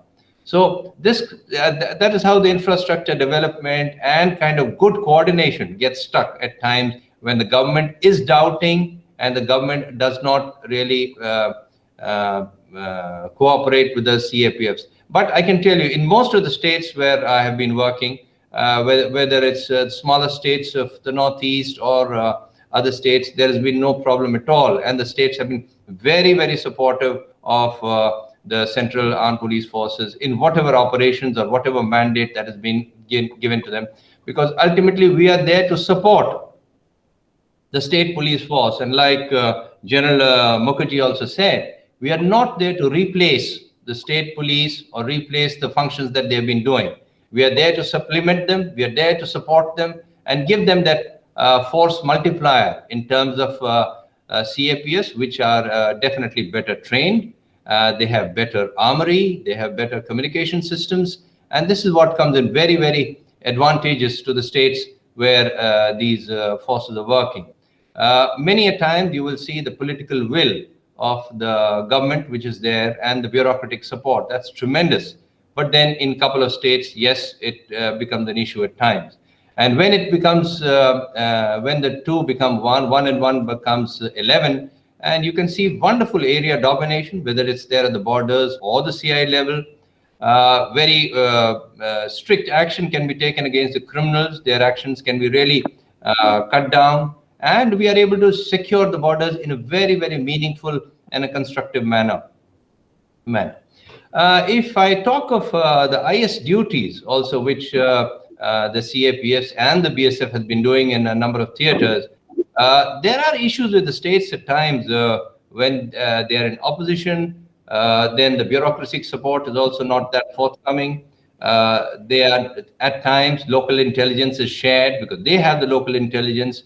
They are not as well trained or as well equipped in terms of firepower, the states. But I would also say that a number of states have come up really well. In Andhra, the way they have equipped their greyhounds and the way they have equipped their SIB for intelligence, that's remarkable. And that is how they've been able to do away with the Naxal problem. In Jharkhand, they have set up Jharkhand Jaguars. That learning over a period of time has been very, very helpful, and how the states have been able to tackle these problems. Maharashtra has raised C-60, a very, very effective force. MP has the Hawks, and Orissa has the SOG. The issues that come with CAPS when it's deployed in the states is that they're not very familiar with the local terrain, local social culture and customs. Their training and weaponry is very different from that of the states. And there are times when a number of states do comment that the central forces are too much involved in their SOPs and procedures before they start taking any action. Infrastructure issues come in because the force like CRPF also keeps going inside different states at different points of time in liberated zones. And when they do not have that infrastructure, that does come in the way of their effective functioning. But if they are able to coordinate well, their firepower increases, the local intelligence level increases, their operations become much more effective, and with better heli support and even UAV, the big ones which are up there, they get a lot of good operations in hand and are able to curb the problem in their areas. They have made wonderful forays in Chhattisgarh in areas like Sukhma and in Abujmar, where the forces never went in for about 20-25 years. And then they did. In Saranda, in Jharkhand, they've made major forays there also. In fact, a number of states have also gone by the year 2000 Ministry of Home Affairs order, wherein it was suggested to the states that in order to have better coordination, you can take superintendent of police operations and additional superintendent police operations from the CAPFs, which would involve better coordination and better operations. And a number of states have done that very successfully. If we talk of border issues like BSF also, if we talk of Pakistan border, that is an enemy border. We have a lot of problems in that border, no coordination, no friendship, nothing. But if you talk of Bangladesh border, it's a relatively friendly border. It's a friendly country where the problems are different. Problems are of smuggling, problems are of infiltration, problems are of heavy concentration of people at the borders, which in itself poses a problems in effectively policing and securing the borders. So all these come in the way. If we talk of army, how we coordinate with the army, in peace times, we've been coordinating in J&K, we've been coordinating in the Northeast, and I do not see any major problem coming in the way. Like General Mukherjee said, if we do away with our egos, and if we put the nation as first and foremost, and the security and integrity of the nation first and foremost, I do not see very many problems coming. And I can tell you from my absolute personal experience in theaters of J&K, in theaters of Chhattisgarh, and in theaters in the Northeast also, where I am there presently. In J&K, we have a number of battalions under the control of the army. They complement the army in many ways. They add to the strength. They are employed in the anti-infiltration grid, and very clearly the BSF Ops Manual also, which talks and lays down very elaborate procedures by which we need to interact with the army and how we need to coordinate in the best possible manner. In a number of sensitive areas where the gravity of the problem is more, we have joint deployments, and the concept of, staying together, training together, and working together. It does have its own advantages. We get that additional support weapons from the army, better logistics, better communication, and transport facilities. And it definitely adds in a very, very effective control of that area wherever they are deployed. In fact, in Rajouri, Kupwara, and all this kind of deployment is there. And I've been talking to my commanders in J&K also. There's been absolutely no problem at any point of time. In fact, regular meetings they've been having with the army commanders in the J&K, and I have been having here in Calcutta, considering the backdrop of the Chinese issue, which is there, that just in case army has to be deployed and more forces need to be sent to the borders, how is the BSF going to coordinate, fill up the blanks of the places that have been left with the army, and what is the best way to go about it? We've been interacting with Assam Rifles in the Northeast and with the army commanders in Calcutta and in J&K also to get over this kind of an issue. However, there are also sometimes exclusive areas that are given. BSF would man its own area under the army control, and army would look after its own area. In Bandipur, in Nagaland, we have this kind of an arrangement. It brings in better accountability, more answerability, and you are able to independently show the good or the bad things that you've done over a period of time. The problems are not too many, but yes, I would be wrong in saying that there are no issues at all. Issues do come up when either something goes massively wrong or something happens in a very good way. The reporting does get affected at times, but I can assure you, whenever there's been the level has been raised to the higher level or the senior most formations, none of the problems have existed. Then all of them have been ironed out. So if you raise the level, if you put across the egos on the side, and if you put, like I said, the nation first, country first, and security and integrity of the country first and foremost, there are not too many problems which are there. And I'm quoting from absolute personal experience in different places. In the wartime also, very elaborate procedures have been laid down. And in fact, BSF was raised in 65, but the order of MHA of 1968 itself very clearly lays down how you need to complement army. And BSF that way was also equipped. It's the only paramilitary force, which today has an air wing, it has a very elaborate water wing, and it also has artillery to be able to supplement and help out army in such cases. They are supposed to look after and supplement army by taking care of less threatened areas, which are there in times of a war, guarding of vital installations, providing security to wherever army is going inside in operations, and even do some kind of an aggressive role against their paramilitary or irregular formations on the enemy front. They can also maintain law and order in the enemy territory where army is already there, and guarding of prisoners of war or the refugees, and do anti-infiltration duties. 71 war was one wherein the BSF went in very early, as early as February 1971, and when the thought process was already on of how to go about the Bangladesh operations. And even when the army came in sometimes in October, November, I mean, BSF fully complemented the role and did a lot of credit for itself while doing these operations. In fact, I would also say in terms of not only securing the borders, even when IS duties are there, and I have interacted with army and I have interacted with my colleagues in Chhattisgarh, and even when we were doing wonderful operations, and I can share it with you, when we brought in the absolute cutting edge technology in Naxal operations by employing the Inmarsat satellite, as well as introducing satellite trackers for the first time and using Heron for Naxal operations. I mean, even the army commander from the central command had come across, Lieutenant General Chair, and we exchanged views absolutely on a one-to-one basis. And I said, there's nothing that we need to hide from you. And that was a time when there was thought process that army might be going in for anti-Naxal operations. However, that did not happen. But yes, exchange of information.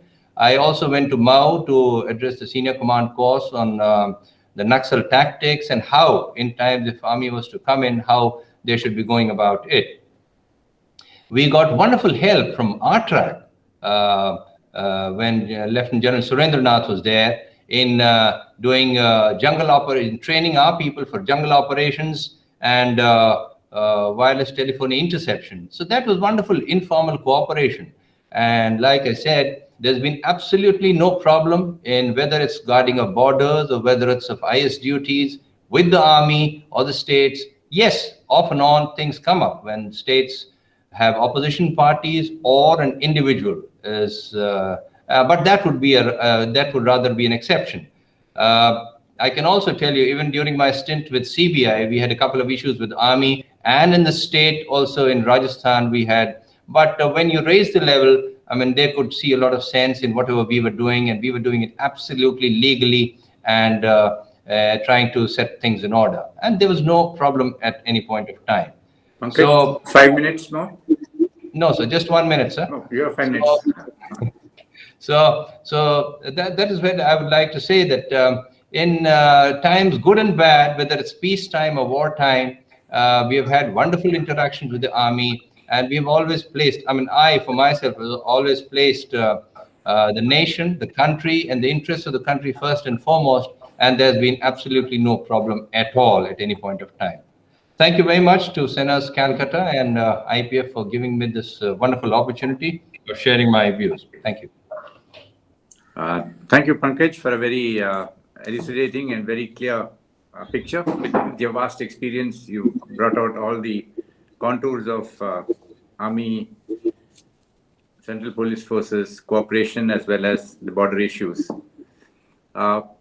We have now completed all our panel speakers. We are now back to the question and answer session. I'd like to request Maya Daruwala to ask the supplementary question which she wanted to ask before Pankaj spoke. So over to you, Maya.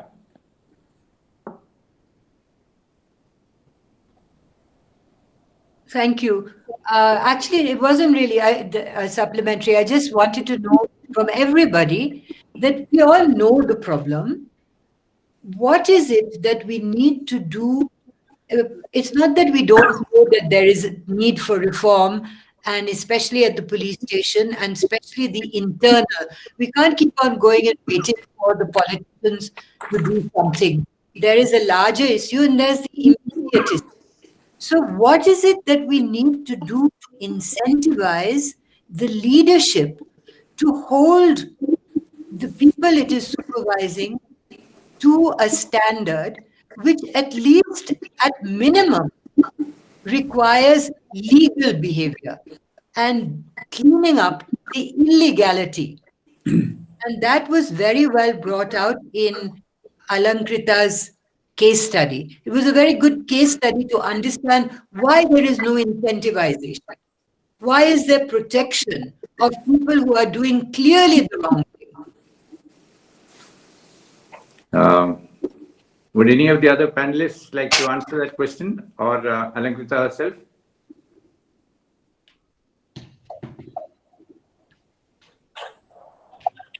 Ramachandran or Prakash?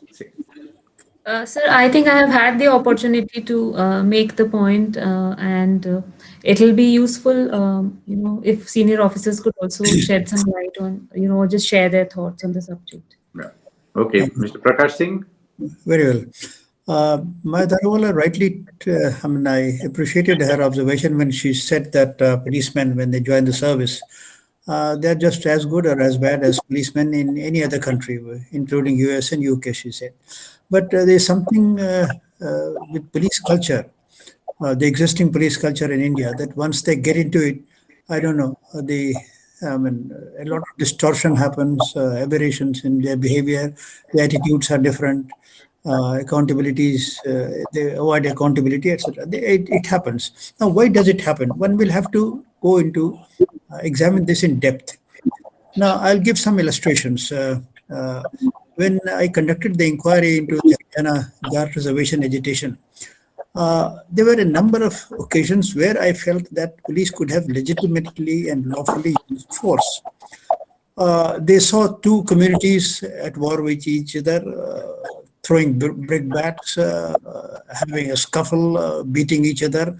And of course, the dominant community was always holding the upper hand, and the other community was at the receiving end. I said, why did you use force in these situations? What prevented you from opening fire also if necessary? The one answer I got in all the districts was that, sir, if we open fire, we are not sure that our action would be upheld by the state government. Howsoever lawful, howsoever legitimate, howsoever warranted, howsoever required it may be. And they quoted the one instance where a superintendent of police had opened fire in a absolutely justifiable circumstances, and yet he was placed under suspension. Sir, since then we have taken the message that we are not to open fire, even if something is going on. Now, this has affected the functioning of senior police officers in the entire state, that don't use force beyond a limit, even if things are going totally wrong and are beyond your control. See, this is, I find that police officers across the country are today averse to using force. In Delhi, what happened recently? The agitation which we saw, the Kisan agitation, the form and the shape it took, it warranted use of force. But why? Force was not used. Why? Because I believe, I have no knowledge, personal knowledge, but I believe the MHA's instructions were that fire is not to be opened under any circumstances. Now, here is an order overriding the CRPC. How can you ask the police not to use certain sections of CRPC when the situation so demands? My point is, at every stage we find that your actions are defined by the environment which is created by the establishment, and the fear of being punished, even for acting bona fide, acting lawfully, is always there at the back of our minds. Okay, there are lots of other questions, so I just wanted to. And then you see, the other question was, why don't senior officers hold the juniors accountable when they have done something wrong? The case pointed out by Alankrita, that an FIR should have been registered. Now, here also the police culture comes into play. We had a chief minister in Uttar Pradesh. Uh, as I give you, as I mentioned, you will get it. Her instructions were that crime figure should be brought down by 70%. Her instructions were that crime figure should be brought down by 70%. And it was conveyed to all the superintendents of police across the state. No, the superintendents of police, but they had to satisfy the chief minister to some extent, if not 70%, they reduce to 10%, 20%, 30%, some reduction carried out. Now, when she conducted zonal meetings of senior police officers, and at several places where she found that reduction had not taken place in accordance with her instructions, she suspended IPS officers, and a total of, I think, 11 or 12 IPS officers across UP were suspended for not having reduced crime figures to the extent she wanted.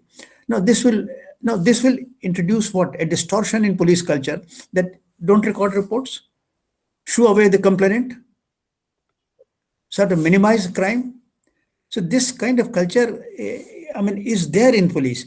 I think every chief minister tells the DG that that figure should be so doctored that it should not compare very unfavorably with the past. Because if it compares unfavorably with the past, he will be hauled up in the Legislative Assembly. The media will raise hue and cry that law and order has gone out of control, this, that. So there is pressure that doctor the figures and keep them at a level where they can't criticize you. Well, this has gone up, this has come down. Overall, it is broadly the same as in previous years, or maybe there's even some improvement. So the pressure from the media, the pressure from the police also, from the public also. Sometimes there will be so much of public pressure that the politician will come up with a fantastic statement that this case has to be worked out in 3 days. But 3 दिन में कहाँ से workout हो जाएगा? मुश्किल case है. Then he will concoct evidence against some ABC and say, oh yes, the case is worked out. So the police culture gets distorted by pressure from the public, pressure from the media. Media is, they are trying to, trial by media has become so common these days, and pressure from the politicians. So, there's so many complex factors which are operating, which distort the function, which affect the functioning of the police and sort of vitiate what you call the police culture. Okay, and Prakash, the number of people asking questions, so yes, okay, yeah. Okay, I'll stop. Right, thank you. Yeah, there's one question from Suresh Goel, who's asked of what are the specific steps that you could take to address the growing politicization of the police force. Growing. I also want to make a few observations. Yeah, sir. So Suresh Goel, or would any of the panelists like to answer that? Ramachandran or Alakrita?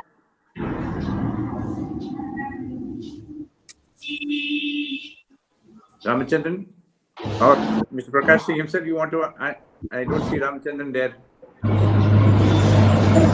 Answer? Yeah.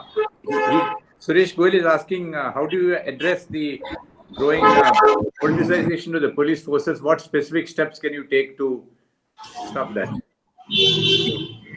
The politicization of police has happened because we have allowed the politicians to interfere in the day-to-day functioning of the police.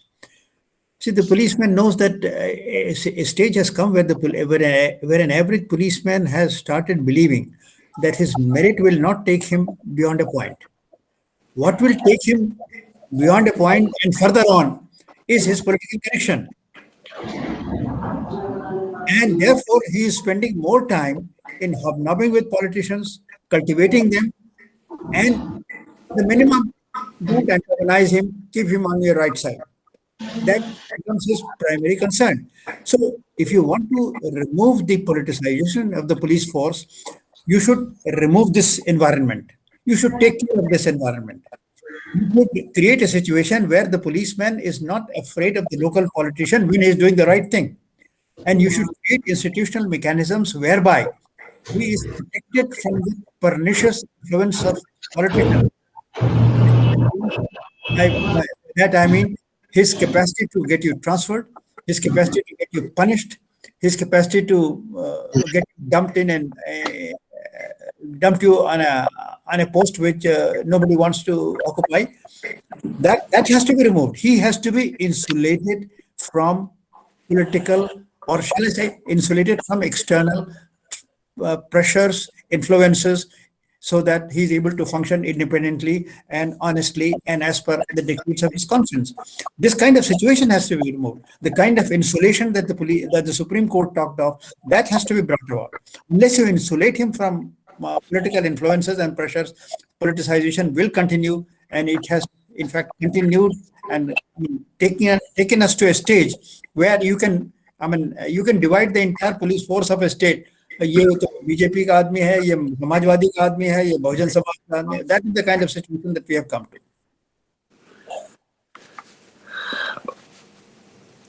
Okay, one other aspect, which it's a question which I'm going to ask, and that is because of my experience with the UP police when I was Union Home Secretary, and that is again, you have the orders. In fact, the UP government wrote a formal letter to the Union Home Secretary saying that we do not interfere in any police posting. It is all done by the DGP and the senior DGPs as per the Supreme Court order. When I spoke to the DGP, he says, yes, there is nothing which they give it to, but they give it to me orally over the telephone. And in fact, in some of the cases now, not even the telephone, blank sheets are signed by the DGP and the 5 senior-most ADGPs and kept in the CM's office, where the CM types in the postings and sends it to the DGP's office for issue. What can you do to avoid this? You got the orders of the Supreme Court. Now they're worried about, calls can be recorded and so on and so forth. So they don't even have these calls now. Now it is all, they get these orders signed blank sheets. Now, how can you prevent a DGP and the ADGP from signing these blank sheets? As I have said more than once, the Supreme Court can give you institutional mechanisms. It cannot give you spine. Now, that spine you have to have. You have to have. And there are officers who have shown that spine, let me tell you.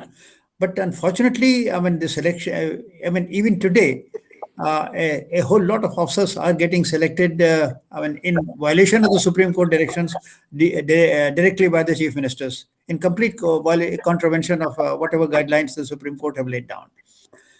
So, and the best officers and those who have spine, more often than not, they find themselves sidelined. Okay, another question which has come from Rupin Sharma. He talks of, would the adoption of external professional audit and peer audit of police forces help in improving the police force? You want me to answer? If Ramachandran is there? No. Alankrita, would you like to answer? I think maybe two, in one sense, may not be the appropriate for you, but would you have any comments on that? And then I'll come back. I saw the question, and in fact, I wanted to ask the person who's raised this, Mr. Rupin Sharma, what exactly does he mean by peer evaluation, and has he seen this being done anywhere in the country, so that we have better understanding of what model he's talking about. And Ramachandran sir also was trying to say something, so you need to unmute yourself. Yeah, Rupin Sharma, would you like to speak? Hello. Elaborate on your question. So there are two aspects to it. One is the peer evaluation part. The other is the external audit, which is like it is done in countries like UK and all. See, if an independent audit or a semblance of an independent audit takes place in the working, I think it should help. That was my take on it. So I just wanted views of the panelists, whoever can. Sir, can you hear me now? Yes, sir. Yeah, Alankrita, would you like now to respond? Yes, sir. Ask Ramachandran to respond. Certainly, sir. So theoretically, I would say it's a very good thing, and specifically because we are in a democracy. But given the kind of state that we are in, the kind of political interference under which the police functions, if one is actually able to get the political leadership on board for this thing, because I believe it can't be done without having the political leadership on board. But if senior officers are able to have the politicians on board, and maybe it could be done at a very small level as a pilot, very small level, like just one police station, and see what comes out of it. Why not? We have to be open to criticism. We have to be open to feedback. So theoretically, that would be my response.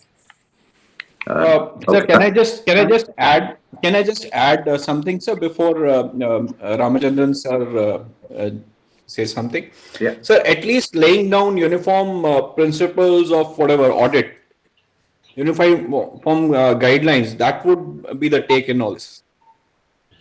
Okay, Countrywide, where people can be, performances can be measured. Can you hear me now? Yeah. Yeah. Go ahead. So a number of incidents that happened in the recent past, the Police Foundation had in fact written possibilities of studying and then what may be called post-incident audit.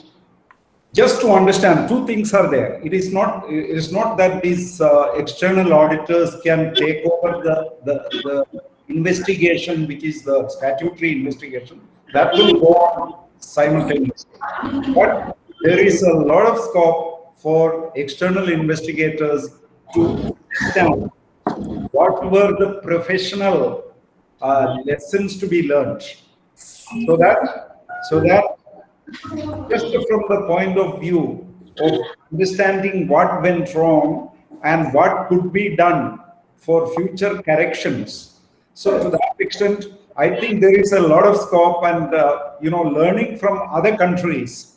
We have seen in other countries this kind of external audits being done by independent think tanks, etc. And this could be a great learning experience for police officers. In fact, the serving officers do not even have the time to carry out this kind of a study or an audit.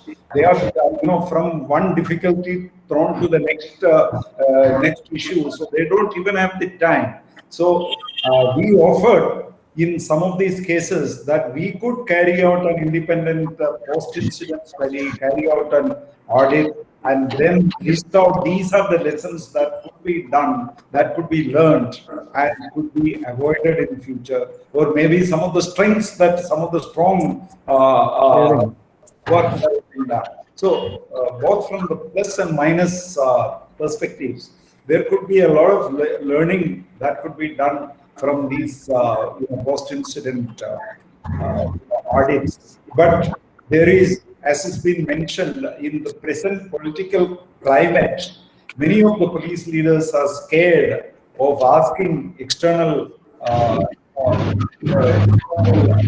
tanks, etc., to carry out this, because they are scared that it will bring them out in bad light, and even the media will project them unfavorably. Okay. We have another question from, who's raised his hand is Jayanta Kumar Roy. Would you like to raise your question, Jayanta Kumar Roy? Actually, I have been deeply impressed by the speeches made by the senior most member of the police force as also the youngest member. I was myself an advisor to the second West Bengal Police Commission more than a decade back.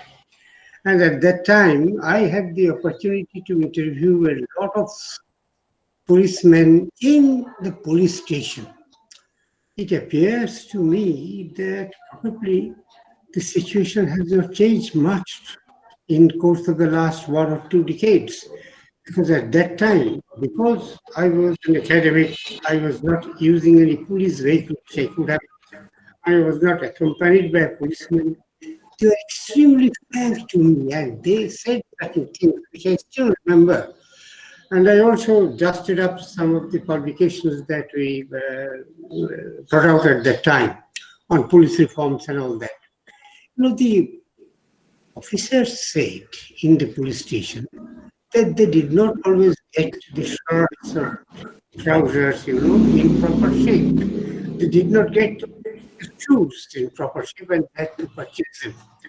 And as to long hours of working, probably it was the same 2 decades back or 1 decade back as it is today.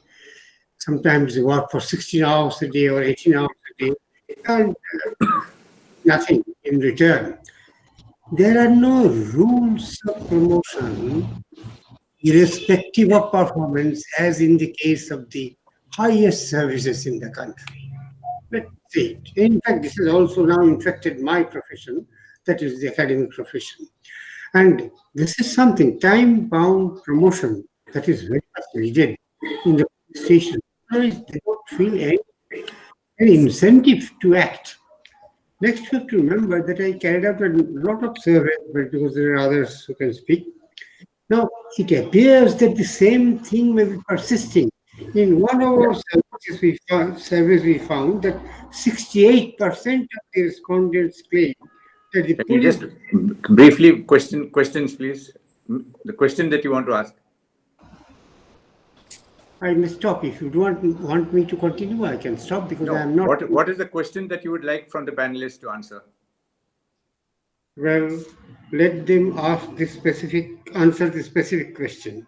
When we carried out a survey more than a decade back, 68% of our respondents claim that the police did not cooperate with them or with the trial courts in satisfactorily trying to resolve their cases. Has the situation improved now? Would any of the panelists like to respond?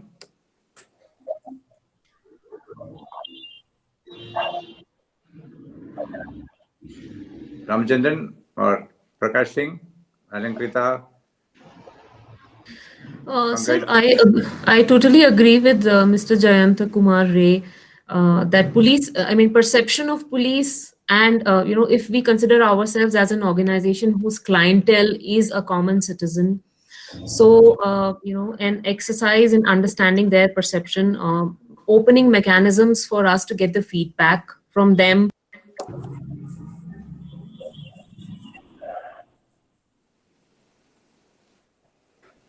You become muted. So, getting that feedback and doing something about it, I believe with greater activation of the media, social media, things are getting better. That's what I believe. But there is still a lot of work to be done. And many suggestions were given in this regard by Prakash Singh sir, Ramachandran sir, how one can do these things. It's time that we execute those things. They are already in the public domain. We need to work on those things. Certainly, public perception of police is a very important thing we need to work on. Okay. We have one more. Mr. Kamal Kumar has also requested that he be allowed to ask a question. Or is it Kunal Kumar? My name is Kamal Kumar. Okay, thanks. Sorry. Yeah. In fact, I don't have the question to ask. I just wanted to supplement what other panelists have said regarding the issue raised by Mr. Rupin Sharma, and that was about independent evaluation of police performance and things. So actually, part of the answer to this was provided in the Model Police Act, which talked of accountability on two counts. One was accountability for misconduct, and the other was accountability for performance. It also had provided for a mechanism. And if we take the example of certain other countries, particularly of the UK, there you have an institution called the HMIC, that is the Her Majesty's Inspectorate of Constabulary, which regularly goes into the police functioning of every police unit, every police, county police unit and every other police unit. And it gives its report, which is supposed to be, placed on the floor of the parliament also, and on the basis of which the union government or the central government's grants for that particular unit of police is decided. So that is the kind of a mechanism which was suggested in our Model Police Act. And if you could do that, there has to be a regular institution called something on the lines of HMIC in our country as well, which will regularly take up independent evaluation. This will not be done by officers of the same unit, but by an independent agency, which we may nomenclature it as we like, but it is something on the lines of HMIC. Thank you. Thank you. I think Shashi Bhushan Roy also raised a similar question on functioning police models in other countries. What are the things that we can learn from them?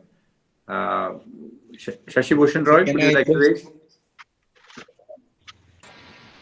Yeah, I've been hearing all the problems and all the diagnoses, and the diagnoses are on expected lines that we need to reform the political bureaucratic management of police, or interference comes as a subset of that. In all democratic countries, politicians are there. They are good, bad. Mr. Trump, we have seen recently what he did to the police. So do we have consistently functioning systems where political democracy is able to keep the police away from such influences? Apart from the fact that there are very rich countries where the police to get tempted, the politician to get tempted is not as common as in India. But with so much expertise here, I thought maybe somebody can throw light on some model that we can look at more closely and try and see whether we can put it in place here. The audit system, I am not very confident, because we have an audit, a CAG-led audit, and we all know how much good comes out of that. Yes, some good does come out of it, but policing in India is so in such a bad shape, as senior officers have been saying, that we need more strong steps to improve that than what the CAG audit does to our normal government function. Would any of the panelists like to respond to that? Yes, sir. I can say something about this. Can you hear me? Yeah. Go ahead. Yes. Yes. So one way of dealing with this issue that the Police Foundation has been, working on is to set standards on, on a number of policing issues, and to make sure that these are standards which the citizens will expect. The policemen themselves will know that these are my standards, the standards that are expected of me. And the citizen is also expected to know that I can expect these kind of standards from the police. And once those standards are very transparently articulated and published, then no politician will be able to interfere in making sure that these standards are delivered. Not that this is a panacea, because the Constitution itself is a great standard which we do not follow. But at the same time, there could be a number of areas which could be addressed by this standard setting process which we are engaged in. This is one step towards addressing this huge issue. Thank you. Thank you. There's one last question I'll take is from Rupin Sharma, who's raised his hand. No, sir, I just wanted to butt in there with and I would agree with Ramachandran sir entirely. See, we haven't even started the process of laying uniform standards throughout the country of people's expectations from us and what we expect from ourselves. So once that is done and an independent mechanism or some sort of an independence or peer review mechanism is set up, I think things will certainly start improving. Thank you very much. Thank you. I don't see any other. I just want to give clarification. I just want to say something. Yeah, please go ahead. One of the speakers. Go ahead before I sum up. Yeah. One of the and speakers, then we have the closing address by Air Chief Marshal. One of the speakers, Mr. Kiran Deb, one of the observations which he made was that the Supreme Court recommendations and their implementation has not led us anywhere. He said that acts have been formulated by the state governments in compliance of the Supreme Court directions, and yet things have not improved. I think that statement needs to be understood in the correct perspective. Yes, there are 17 states today on date which have passed police acts, purportedly in compliance with the Supreme Court directions. But if you examine these acts, it is more than transparent that the legislative provisions are contrary to the letter and the spirit of Supreme Court's directions. If changes have not taken place, it is because there has been fraudulent and farcical compliance of the Supreme Court directions. There has been no sincerity in implementing those directions. This has to be understood very clearly. That's all. Thank you. Okay. Thank you all for a very interesting, I think to an extent, it's a little inconclusive discussion on police reforms. I would have preferred a lot more suggestions on what do we do or the next possible steps. I think one of the first things which has been highlighted by the panelists and the discussion is that I think you have to have police officers, the constabulary, etc., the fundamental principle that they owe allegiance to the Constitution and the rule of law and not to political parties or others. I think that has to be, that is the message that has to be drilled down both in the National Police Academy as well as all the police training institutions. The second aspect, which is also very important and which I think from what I've seen from the example of the army and which Mr. Prakash Singh once also mentioned, is the importance of the training institution itself. In the army, the training institution is, it's sacred. I don't see any senior officer in the army who has risen up to the ranks and become chief who has not gone through the staff college and through the senior staff positions. Whereas in the police, it's the opposite. The training institution is, as he says, is a punishment posting. So it's very important to make the training institutions the bedrock on which police reforms is going to take place. I think we were very impressed by Alankita Singh's case study and what it highlights and what are the steps that we can take, how it is important for people to keep a close monitoring of such cases. And I think one aspect which is important, at least in my opinion, has always been that while community policing has always taken its pride of place, but I think more important is how do we get citizens of this country to actually start supporting the police. We know that the police of the constabulary works extremely hard, very difficult conditions. How do we get the local community around a police station? And this is one of the things which we have been discussing in the Indian Police Foundation itself. How do we start adopting police stations? Each locality must start, its local police station must be adopted. If they don't have a fan, if they don't have, they have problems of a water cooler or an air conditioner and so on, the local community, which is has so much of resources and so much of influence, should be able to adopt that police station and say, this is our police station. I think that is very important, that this adversarial relationship, it should be, and once the local police also realize that the community is for us, that we work very hard. And one aspect which was mentioned in passing is that the police also do a lot of what I call as extra police work. They're called on to solve marital disputes. They're called on to solve domestic violence cases. In rural areas, I know as sub-collector and district collector, any land dispute is never sent to the courts. It's actually the local head constable or the SI who actually solves land disputes. And part of the reason for, in fact, the cases in the courts are only so low or so high and not higher is because the police actually solve very large number of what I call as civil cases and criminal cases outside the purview of the law.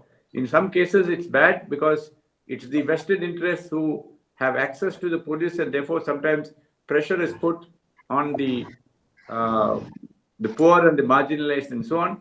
But it also, I know, very large number of cases where the police actually come out and help the marginalized and the poor people to get justice without having to go through the very expensive court litigation and so on. So these are all aspects which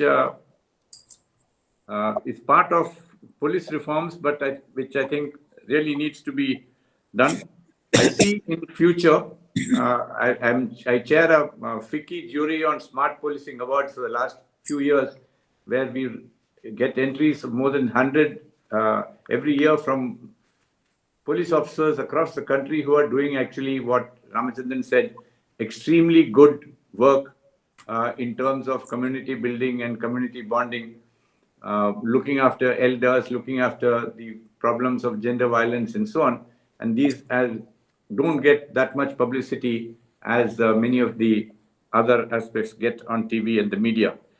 The use of technology, which was mentioned, is again going to be extremely important in the years to come. So we have a lot of work for us in terms of getting implemented the much needed police reforms across all sectors. As you said, we've had some success in the police recruitment, where by and large, slowly things are much better than it was in the past. But we have a very, very long way to go. And I must thank all the panelists as well as the others for the very valuable suggestions and the comments that they have made on how to progress further.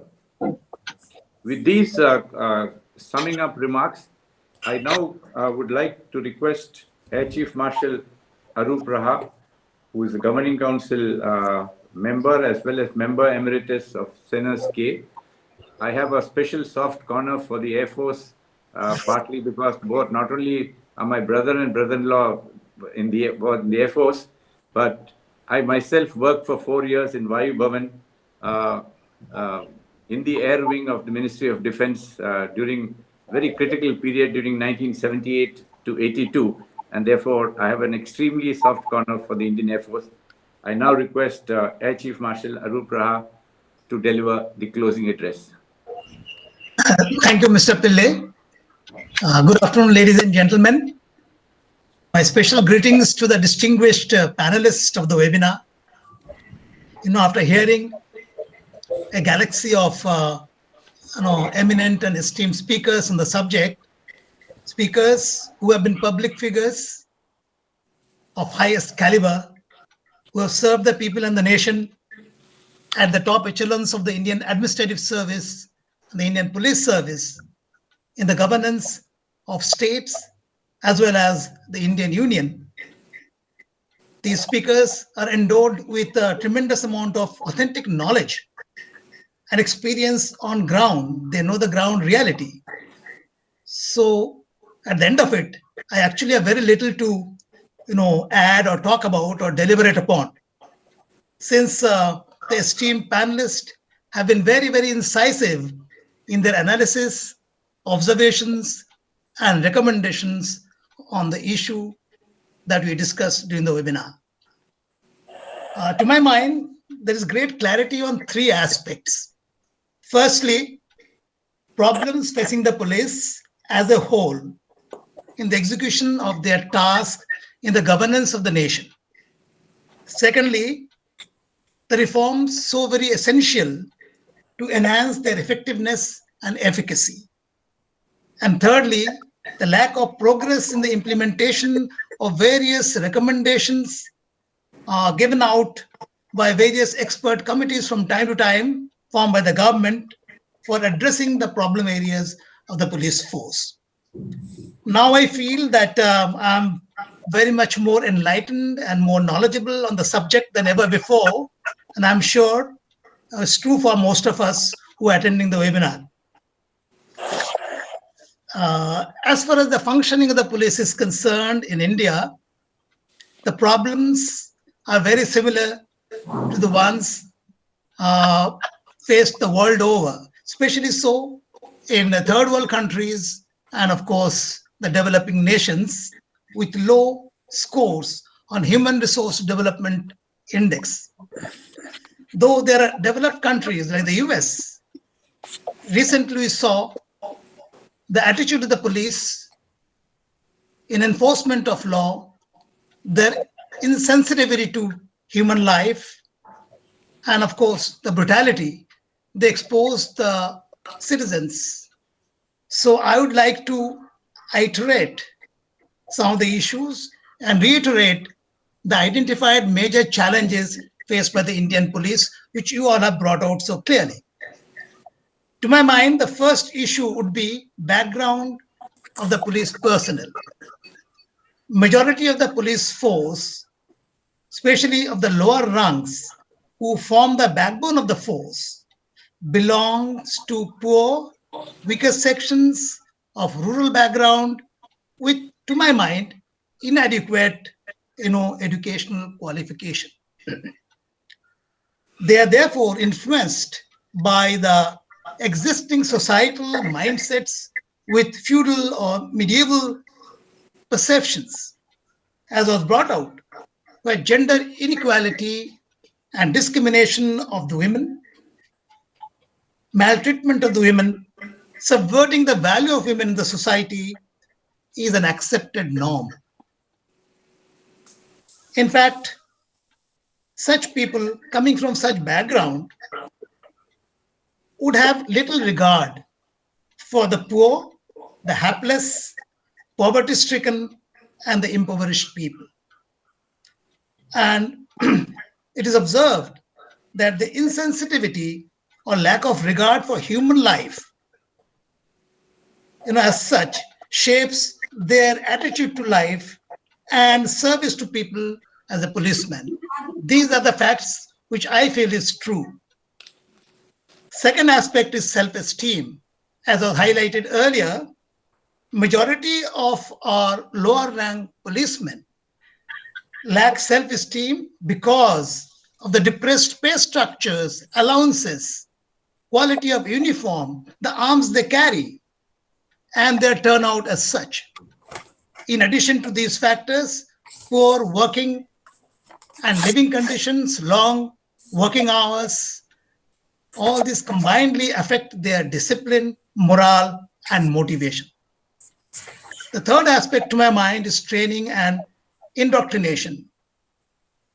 Indoctrination through good training, imbibing ethical values, and emphasizing the ethos of serving the people, being firm yet polite, and not imposing authority and power alone may be a part of the solution to the problem. Fourth aspect is leadership.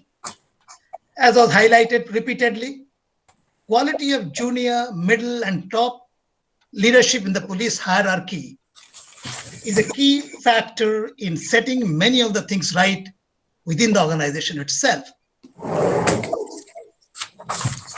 These officers are required to set an example in behavior, in clean image, standing up to unscrupulous political authorities, initiating strong disciplinary measures against the corrupt personnel, etc. The leadership can eliminate poor investigation in criminal cases against the powerful, the criminals especially in the society, and thus improve the conviction rates in court cases, prevent encounter killings, enforce the rule of law. After all, it is the police and the judiciary who are the custodians of law and its interpretation. If these steps are taken, to my mind, it would enhance the public confidence in the police and the image of the police in the eyes of the public. Fifth and the last point to my mind is political control and influence. We discussed a lot on that. The unprecedented nexus amongst unscrupulous politicians, criminals, and certain underlying elements of the police is adversely affecting the morale and the working or the functioning of the police. I think the most important remedy amongst others is moral fiber, a straight spine, which was highlighted earlier, ready to stand up for what is right, despite the odds and inconveniences. Such leadership would be inspirational to the police force as a whole, and I'm aware of many such leaders in the recent times in the police force who have been inspirational they're the role models among the new generation of police officers. Most of the problems affecting the police is due to incomplete evolution of its organization and its ethos post-foreign rule. And after independence, the transformation of the police force from being a colonial, coercive instrument or arm of foreign masters to that of serving the people of a free nation has not happened. I think the police has remained exclusive and not inclusive in the society. Therefore, the reforms that we discussed today must be implemented urgently. I would like to highlight about the armed forces. Post-independence, the armed forces, in keeping with the new constitution and the new republic, that is India, the armed forces lost status and power both. But they remained apolitical, fiercely independent in advising the government and brooked no undue interference by politicians. That was achieved, and it can be attributed to good training, indoctrination, and of course, ethos of the services.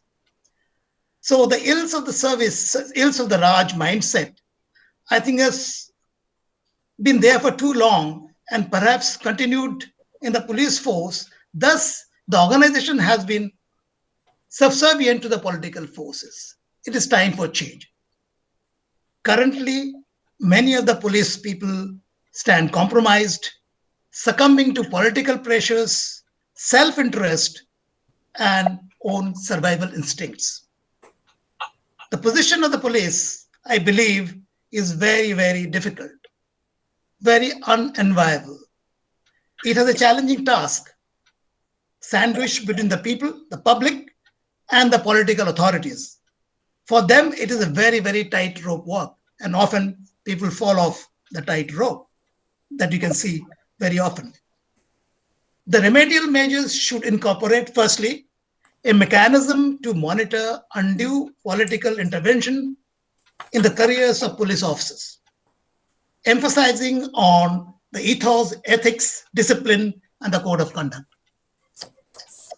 2, good training and indoctrination, good equipment and weapons, reasonably satisfactory salary and allowances, enhance standard of living and the quality of life would help restore their self-respect and also raise their esteem in the eyes of the people.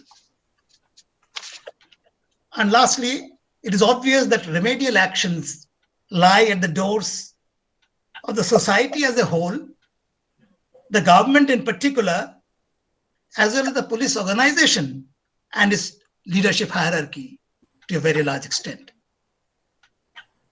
To conclude, I would say that the police faces new challenges to internal security. It has to train to identify those challenges very clearly and then evolve dynamic plans to equip, train appropriately to meet them head on. Cybercrime, terrorism, insurgency, intelligence gathering methods are evolving all the time, employing new technologies, state-of-the-art technologies. The police has a huge task cut out for themselves for countering the emerging threats to the society and the nation, in addition to the reforms that he talked about and its own evolution. And lastly, to my mind, we get what we deserve. I'll give you an example. Indian constitution is perhaps the best, arguably, in the world. It has the best of features. So what do you expect? We should get good governance? But in the last 7 decades or so, the political discourse has taken a downturn and is rapidly going downhill, which is affecting the entire life of the society or the evolution of the society in our country. That's because we are to blame. We only elect criminals as our representatives. 45% of our representatives are criminals in the parliament. So who do we blame? So we deserve what we get. So therefore, I think the police as an organization itself has to work a lot, not only think of the reforms. Reforms may come, may not come. I'm not very sure it will come unless we rise ourselves. But police itself as an organization can make a lot of changes, which will bring out, a lot of difference in the way they function and the prestige of the police in the eyes of the people. Thank you. Jai Hind. Thank you, Chief Marshal, for a very inspiring closing address. I think it sets the tone to the entire discussion today. I now request Mr. Ramachandran, President of the IPF, to deliver the vote of thanks. Sir, Mr. Pillai, Brigadier Mukherjee will be giving the vote of thanks because Mr. Ramachandran has spoken. Okay, fine. Please, Brigadier Mukherjee, for the vote of thanks. Yes, thank you, sir. Thank you. Thank you so much. A very good afternoon to all panelists and all those who have joined the webinar. Distinguished panelists and ladies and gentlemen, those who have joined the webinar, it gives me immense pleasure to deliver the vote of thanks for this event. I would like to commence by quoting Mr. Robert Peel, who in 1829 established the London Metropolitan Police Force, and he's known as the father of modern policing. And I quote, "The police are the public, and the public are the police. The police being only members of the public who are paid to give full-time attention to duties which are incumbent on every citizen in the interest of community welfare and existence." We at the center, at the Sandusky, had been deliberating for a long time to address the most important of social issues of considering ways to implement and bring about much needed police reforms in India. Friends, it is not the reforms that have not been carried out over the years. Much reforms have been carried out, but much needs to be done. We, the citizens of this country, truly believe that policing is one of the most important facets of governance. What has primarily been our grouse is that we have always felt that the police force needed to be a friend of the citizen and society at large, and not the erstwhile daroga doing the king's bidding. We feel policing needs to be done with a humane face, and that all investigation must be done in a most scientific manner. Whenever police reforms are discussed, we digress and move into the realm of administrative issues such as housing, pay and allowances, and working conditions, etc. Whilst these issues do need to be addressed, the major issue is a change in the mindset of the police force and bureaucrats and politicians who supervise and guide their actions. This has been amply brought out in the webinar today. Friends, on behalf of the President of Sandusky, I wish to thank Mr. Pillai, our ex-Union Home Secretary, for moderating the discussion today in so excellent a manner. One thing which stood out, which Mr. Pillai mentioned, was that we should consider adopting police stations by communities. I think it will go in great measure to help the police in discharging their duties in the community. On behalf of the Sandusky, I would also like to thank Mr. Prakash Singh, the chairman of the IPF, whom we have over the years heard on various forums. And I feel today he made a telling point by telling us very clearly how the politicians try and ensure that the crime figures are doctored, which is, in a way, one of our biggest problems, that FIRs are not filed, and we do not have fair justice given to everybody. I noticed today that many ladies have joined the webinar as a larger audience participation. It only goes to show how important this issue is of police reforms, not for all of us, gender notwithstanding. Mr. Pankaj Singh gave an excellent overview of the Border Security Force and its functioning. He made a telling point that the police border security force functioning on the border of Pakistan, which is considered an enemy border, and the friendly border that is Bangladesh, and the coordination that they carry out, keeping that in mind.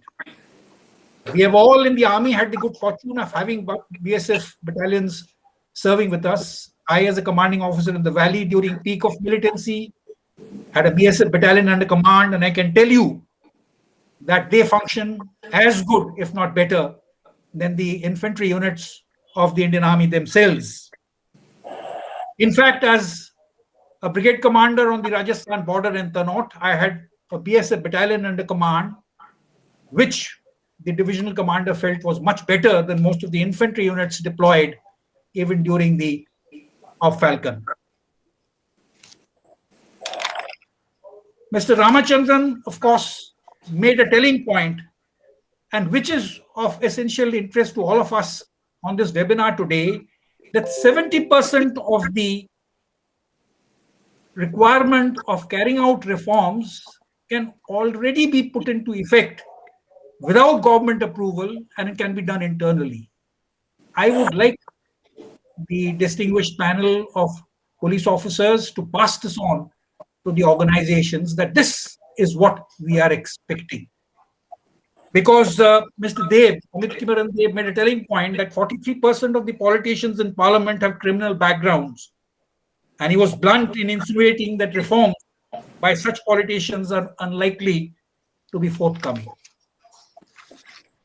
My own views have also been that on the scientific investigation front and the forensic investigation that we do carry out, the tracking of mobile phones, the evaluation of CCTV footages, the examination of WhatsApp chats, and the social media monitoring that the police forces are doing now has given an immense fillip to the investigating powers of the police force. And more needs to be done on that score. Finally, on behalf of the President, I wish to thank everybody who have taken part in this so important webinar. I wish to inform everybody as Secretary of Sandusky that we upload this entire seminar that we have today on YouTube and Facebook, and these will be available to very many academic institutions, universities, and organizations over the next few weeks. Finally, Mr. Prakash Singh had talked about a change in police culture and building up a spine. We have a saying in the Indian Army: hire character and train skill. I think the police force of our country need to understand this and implement accordingly. Thank you so much. On behalf of Sandusky, it has been an excellent webinar to have been discussed today. Thank you. Thank you very much. Thank you very much, everyone. Thanks to all of you. Particularly Mr. Pillai and Mr. Prakash Singh. Thank you. Thank you very much.